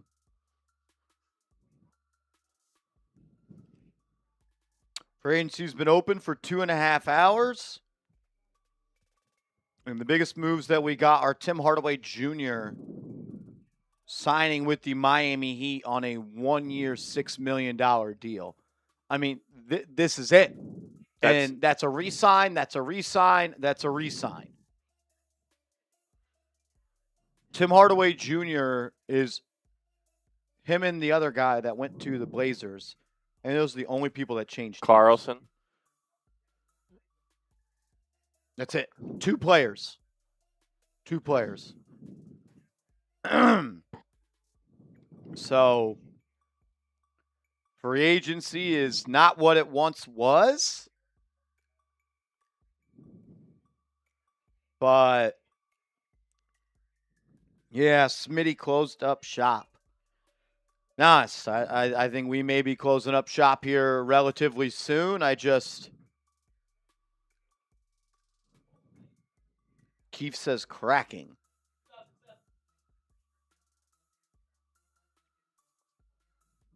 Yeah, I just don't know. Yeah, maybe it'll pick up. Hopefully. I think all 20 of our top 20 guys are still there. And we can run through those. Yeah, take us down that street, AC. Hook a Larry. I know it well at this point. Hook the Larry O'Brien into the best players available. We'll take it from the top. The King James, headlines the list. Let's mix it up. Introduce them, and then give me a guess prediction of well, where you think they're going. Prediction. I like prediction this. for I like everyone. This. All right, LeBron James. Marsh, we talked about this earlier. You said Warriors. I'll go Cavs. I'll say ultimately ends up with the Cavs. Goes back home, tries to get the storybook finish, and bring another title back to Cleveland. Jalen Duren and Walker Kessler, unfortunately, are restricted free agents, so not a high likelihood that they change their teams. Grab the mic. We're going to do a little game here. We're going to all predict where the top 20 NBA free agents go. Can I make a note here real quick? Let's do it. I'm sure this is the same list that we had on Chat Sports. Where the hell is Mitchell Robinson on this list? Did you get the top 20? Yeah, we pulled it from there. Yeah, did you see? Include him. I took him off. He was not included at all. I took him off. Well, I mean, Nick Richards. Nick Richards made the list. Nick Richards. No Kevon Looney, though, but Nick Richards can make it. All right, AC. We'll each predict where we think everyone's going. All right. You got LeBron James going where? I said Cleveland. I think ultimately he cares about the narrative, the story. He wants to go home, and he was just spent a lot of time with the title team from Cleveland on that little retreat. Maybe he's getting a little nostalgic for Cleveland. Back in the Cleveland groove. Yeah. All right. Well, not catchy, but No. maybe we'll get Billy. no one goes We'll get to Billy to write something Is there or whatever. Cleveland's cool? What do you think? All right, we got Alper Do you and think Marshall. Where people you? go on vacation to Cleveland? What's so good about Cleveland? I actually went for a wedding in Cleveland Oh, last year. bro. I think he goes to Golden State. I think ever since the Olympics happened, I think he's become fascinated with the idea of him playing with Steph. I'm gonna And he stays on the West Coast. There you go. I'm gonna go Golden State as well. Probably can live in the same house. We'll bring Parker in here as well. Parker, you're going to join the crew here. You and Alper can Come on, Parker. 2 guys, 1 mic that. Yeah, We're going whoa. to predict where every player in this top 20 is going to go. Questionable rankings of these top 20. But LeBron, we got Cavs, Warriors. Dub Nation. And Parker's going to go with the Warriors as well. So, AC, lead us into Duren here. All right, Jalen Duren. So he is a restricted free agent. So do we want to just do where he's going to end up, or if he signs an offer sheet with a different team? Where does he play game Where does 1 he of play? 82? I think it's going to be with Detroit. I think they're going to match any offer that he signs. I agree. I think he's back with Detroit. I mean, what happened? Like yesterday was like, we don't want to sign him. All right, I'm going to Sacramento. Now they're like, actually, he's staying in Detroit. He's staying in Detroit. He's a Detroit basketballer, is what they're saying. All right, so we're all unanimous on Detroit, which means he's probably not going back to Detroit. I think so. he's The sneaky thing when you said where is he going to play game 1, I guess that he could sign and maybe get trade, or it could be a sign and trade. They don't want to lose him for nothing, but I still ultimately think Detroit. For Walker Kessler? So he is also a restricted free agent. I think there has been some rumblings. The only thing that has been going on in the NBA world is rumblings that Kessler may sign with another team, but I think that Utah does have a crowded front court, but I just don't think they're going to let him go for nothing either. I think he's back with the Jazz. I think he'll sign an offer sheet somewhere, but I think Danny Ainge is going to bring his boy back. I saw that he's getting like $30 million offers, or like that's the talks. I don't think Danny Ainge is going to keep him. I'm saying he's going to LA. Laker. I'm going Lakers as well. Lakers. All right, So 2-2. Walker Kessler teaming up with Luka. There you go. So That that means- means that would be no no Mitch for the Lakers. Mitchell Robinson. Why do you think I said the Lakers? Oh, Norman Powell. He could go to anywhere. Norman Powell. I saw some smoke around him in the Bulls. The Clippers, do they get any cap space with that Kawhi trade? Back to the Clippers. I for can Powell. see him going back to the Clippers. They need some. They're trying to get younger though. I don't know if that's the move for them. Could be a stabilizing vet. I'm feel like going to he's gonna go chase the bag. Sacramento. Sacramento for Norman. Dude, they already have Levine. They're the same player. Well, apparently they might get rid of Levine. If you have one Zach LaVine, what do you Who's taking do? his contract. You got to get 2 Zach He LaVine. gets paid $50 million. No contender would want Zach Levine. I'm gonna go with the Bulls. I think he's gonna Yeah. sign with the Bulls. I like that. They got to pay some money. They got to get someone on that lineup that could shoot. I'll go with Norm Powell to the Bulls. Okay. Who do y'all got? Where do y'all got? I don't know. So I said Sacramento. Sacktown. Sacktown. I think Bulls make more sense to me than I'll He's go. teaming up with the West Coast Knicks. Yeah, the West Coast Knicks. Tobias Harris? Tobias Harris. I know one thing. He's going to go whoever gives him the highest offer. He is a bag chaser. He is a bad. I have an idea. I have an idea as well.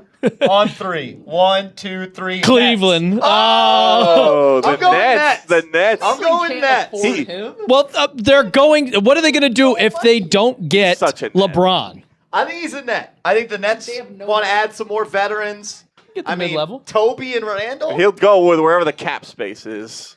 Does he want to get paid or does he want to win? That's the question. He wants to get. I think he's a sack. But you need Cleveland needs a wing. Cleveland can't. They have make- are they They're gonna bringing re-sign- back Dean Are they going to Wade. re-sign the Brunson I think- stopper, Dean Wade? I think they might get rid of Struess. the Brunson The stuff. That's Brunson what they told stop. us. Yeah, that's what we heard. Windhorse said it. Get out of As here. we with Keep that. pawing those fries, Wendy. Oh He's my right God. about everything. So I'm going to go Nets. Someone said Harris to the Kings as well. I can see could that. be I a could King. see it. He's a king. Tobias to the Nuggets. That could be a possibility. Kuminga to the G League. You think I don't know if the Nuggets have space to. I mean, I mean, it would they, have to be a sign and sign and trade. trade. Maybe Cam Johnson back to the Nets. Yeah. Oh. all right. So we got the top We five. got the cum bucket, Kaminga. I think he's don't been know trying his where. hardest to get to the Kings. Does he Yeah. finally get there? I think he's a king. Yeah, He's a yeah, King, He's a king. King. He's wanted to be the only guy who's ever wanted to be a Sacramento King more than anybody else. Jonathan Kuminga finally gets his wish. I could see him ending up on the Grizzlies too. The Grizzlies, yeah, I could see that. So then we got Hachimura. He's back into LA. Going back to LA. They kind of have to. They do have I to. like Hachimura a lot, They man. got money. He was. How much is he knocking going it for? down in the playoffs. He's a $20 He's getting like million I think he's getting like 15 million a year. He's 20 to 22 If he gets 15, just off the playoff. then I'm saying Cavs instead of Toby. I think he signs for like 20 million back to the Lakers. They kind of have to sign him back to the Lakers. With LeBron out, I do like him back on the Lakers. Yeah. He's got all this money. But what is their whole offseason just going to be bringing back everybody but LeBron on for more money? Yeah, they're cooked. unless They Kessler, still have Aiton. unless Kessler ends up there. Yeah, I guess that would be their big move. Yeah, I gotta go film this. All right. Caesar. Buy it to Parker. All right, we're moving on to Quentin Grimes. I mean, what type of deal does Grimes even get? I don't know. He was asking for a lot of He was money asking for last so much offseason after he from dropped Philly. that 45-point game. I think he could He be get, a like, bull. Get like 10. Do you think he could get 10 per? I thought he was going to Miami, but after Tim Hardaway Jr., it really doesn't make sense. Could he be? Grimes to the Bulls? I don't hate Grimes to the Bulls. I think like they and I think actually Seeps he was here before. I don't know. We didn't talk about this, but like I heard him say earlier, like he would take a chance on Grimes over a guy like Powell just because he's younger. Like I like that. so, we'll see. Grimes has been around the league since he left the Knicks. I think it was Knicks, Pistons, Mavericks, Sixers. Now he's a free agent. Still shout out to Grimes for that steal in the Heat game, Unreal. where he almost, I Played thought he all 48 snapped his minutes? knee. He literally was playing all 48 as well. There was a video. I think it was like a reel or a TikTok. It was like this guy's. He's look at Grimes on defense. He's getting grimy out there. The young fella.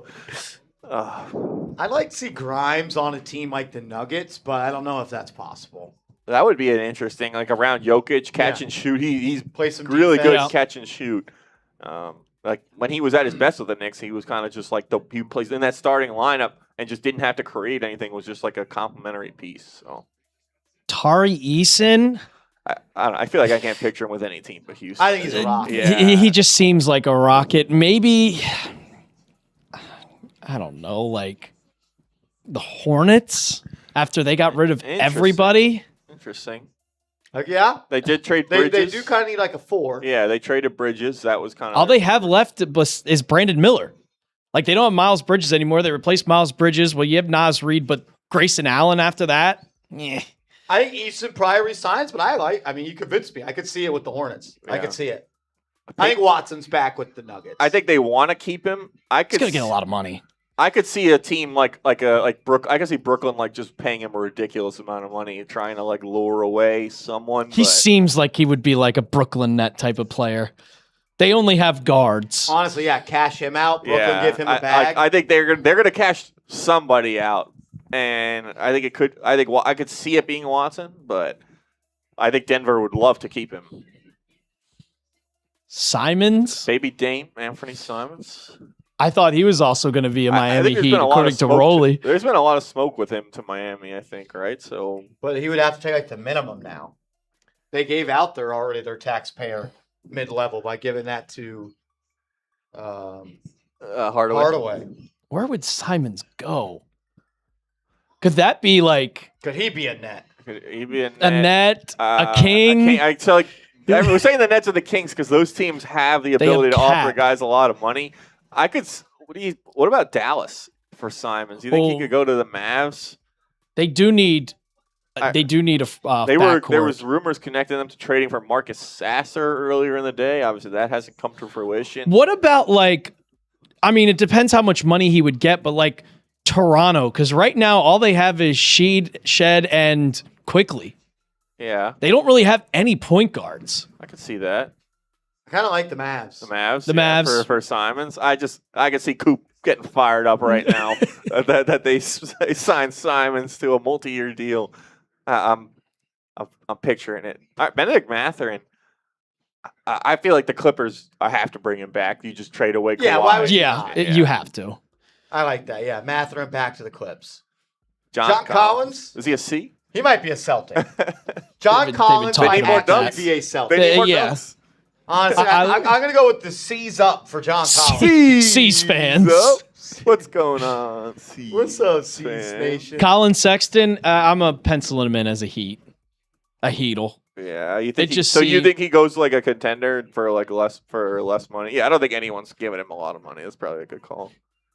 It's not going to go for much. I mean, they Like need another point a guard. Phoenix. They don't have a I point could guard. Well, he Phoenix, just signed Gillespie back. or that could be I could one. That could be a Toronto What, you play. think of Sexton in Denver, like off the bench? Yeah, I like that. I can see Mavs for him as well. Yeah, like, Yeah. I feel like a team's gonna like have Just him a like point be the guard sixth heavy man. team. Yeah, like just that ball handler off the bench. I mean, don't the Bucks have to fill out their roster? That's The true. Bucks They could have be on no some of these one. guys.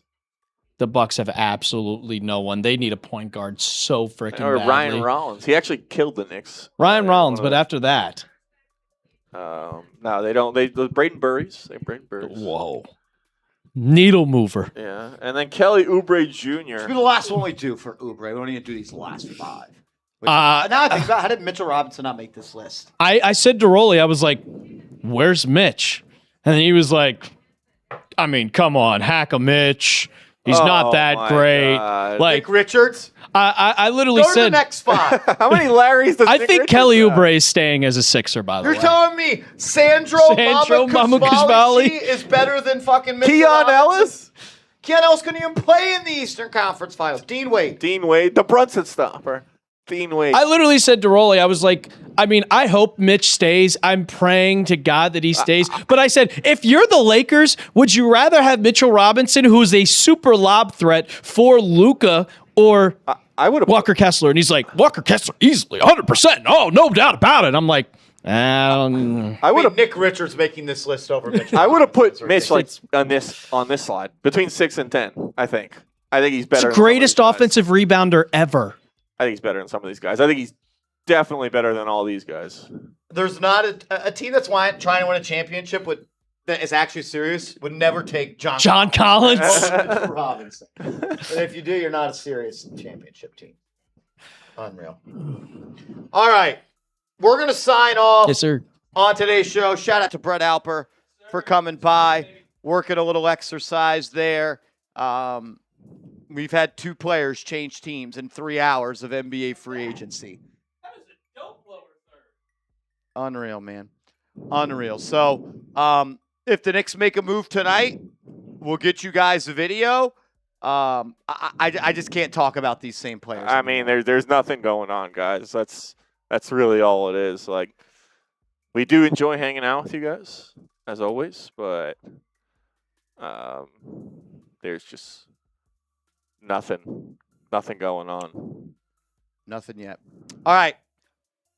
We'll probably go back live on the channel tomorrow early afternoon, Sweet. maybe 11 o'clock to like 2 o'clock, something like that. Or like to noon Eastern. Yeah, something noon. like that. Like midday, check back. But you would all know because you're all subscribed and you have notifications on. so. Exactly. Appreciate everybody that stopped by. We'll see y'all later. Hopefully we get to come back into the studio to talk Mitchell Robinson re-signing with the Knicks. Until then, we'll see y'all later.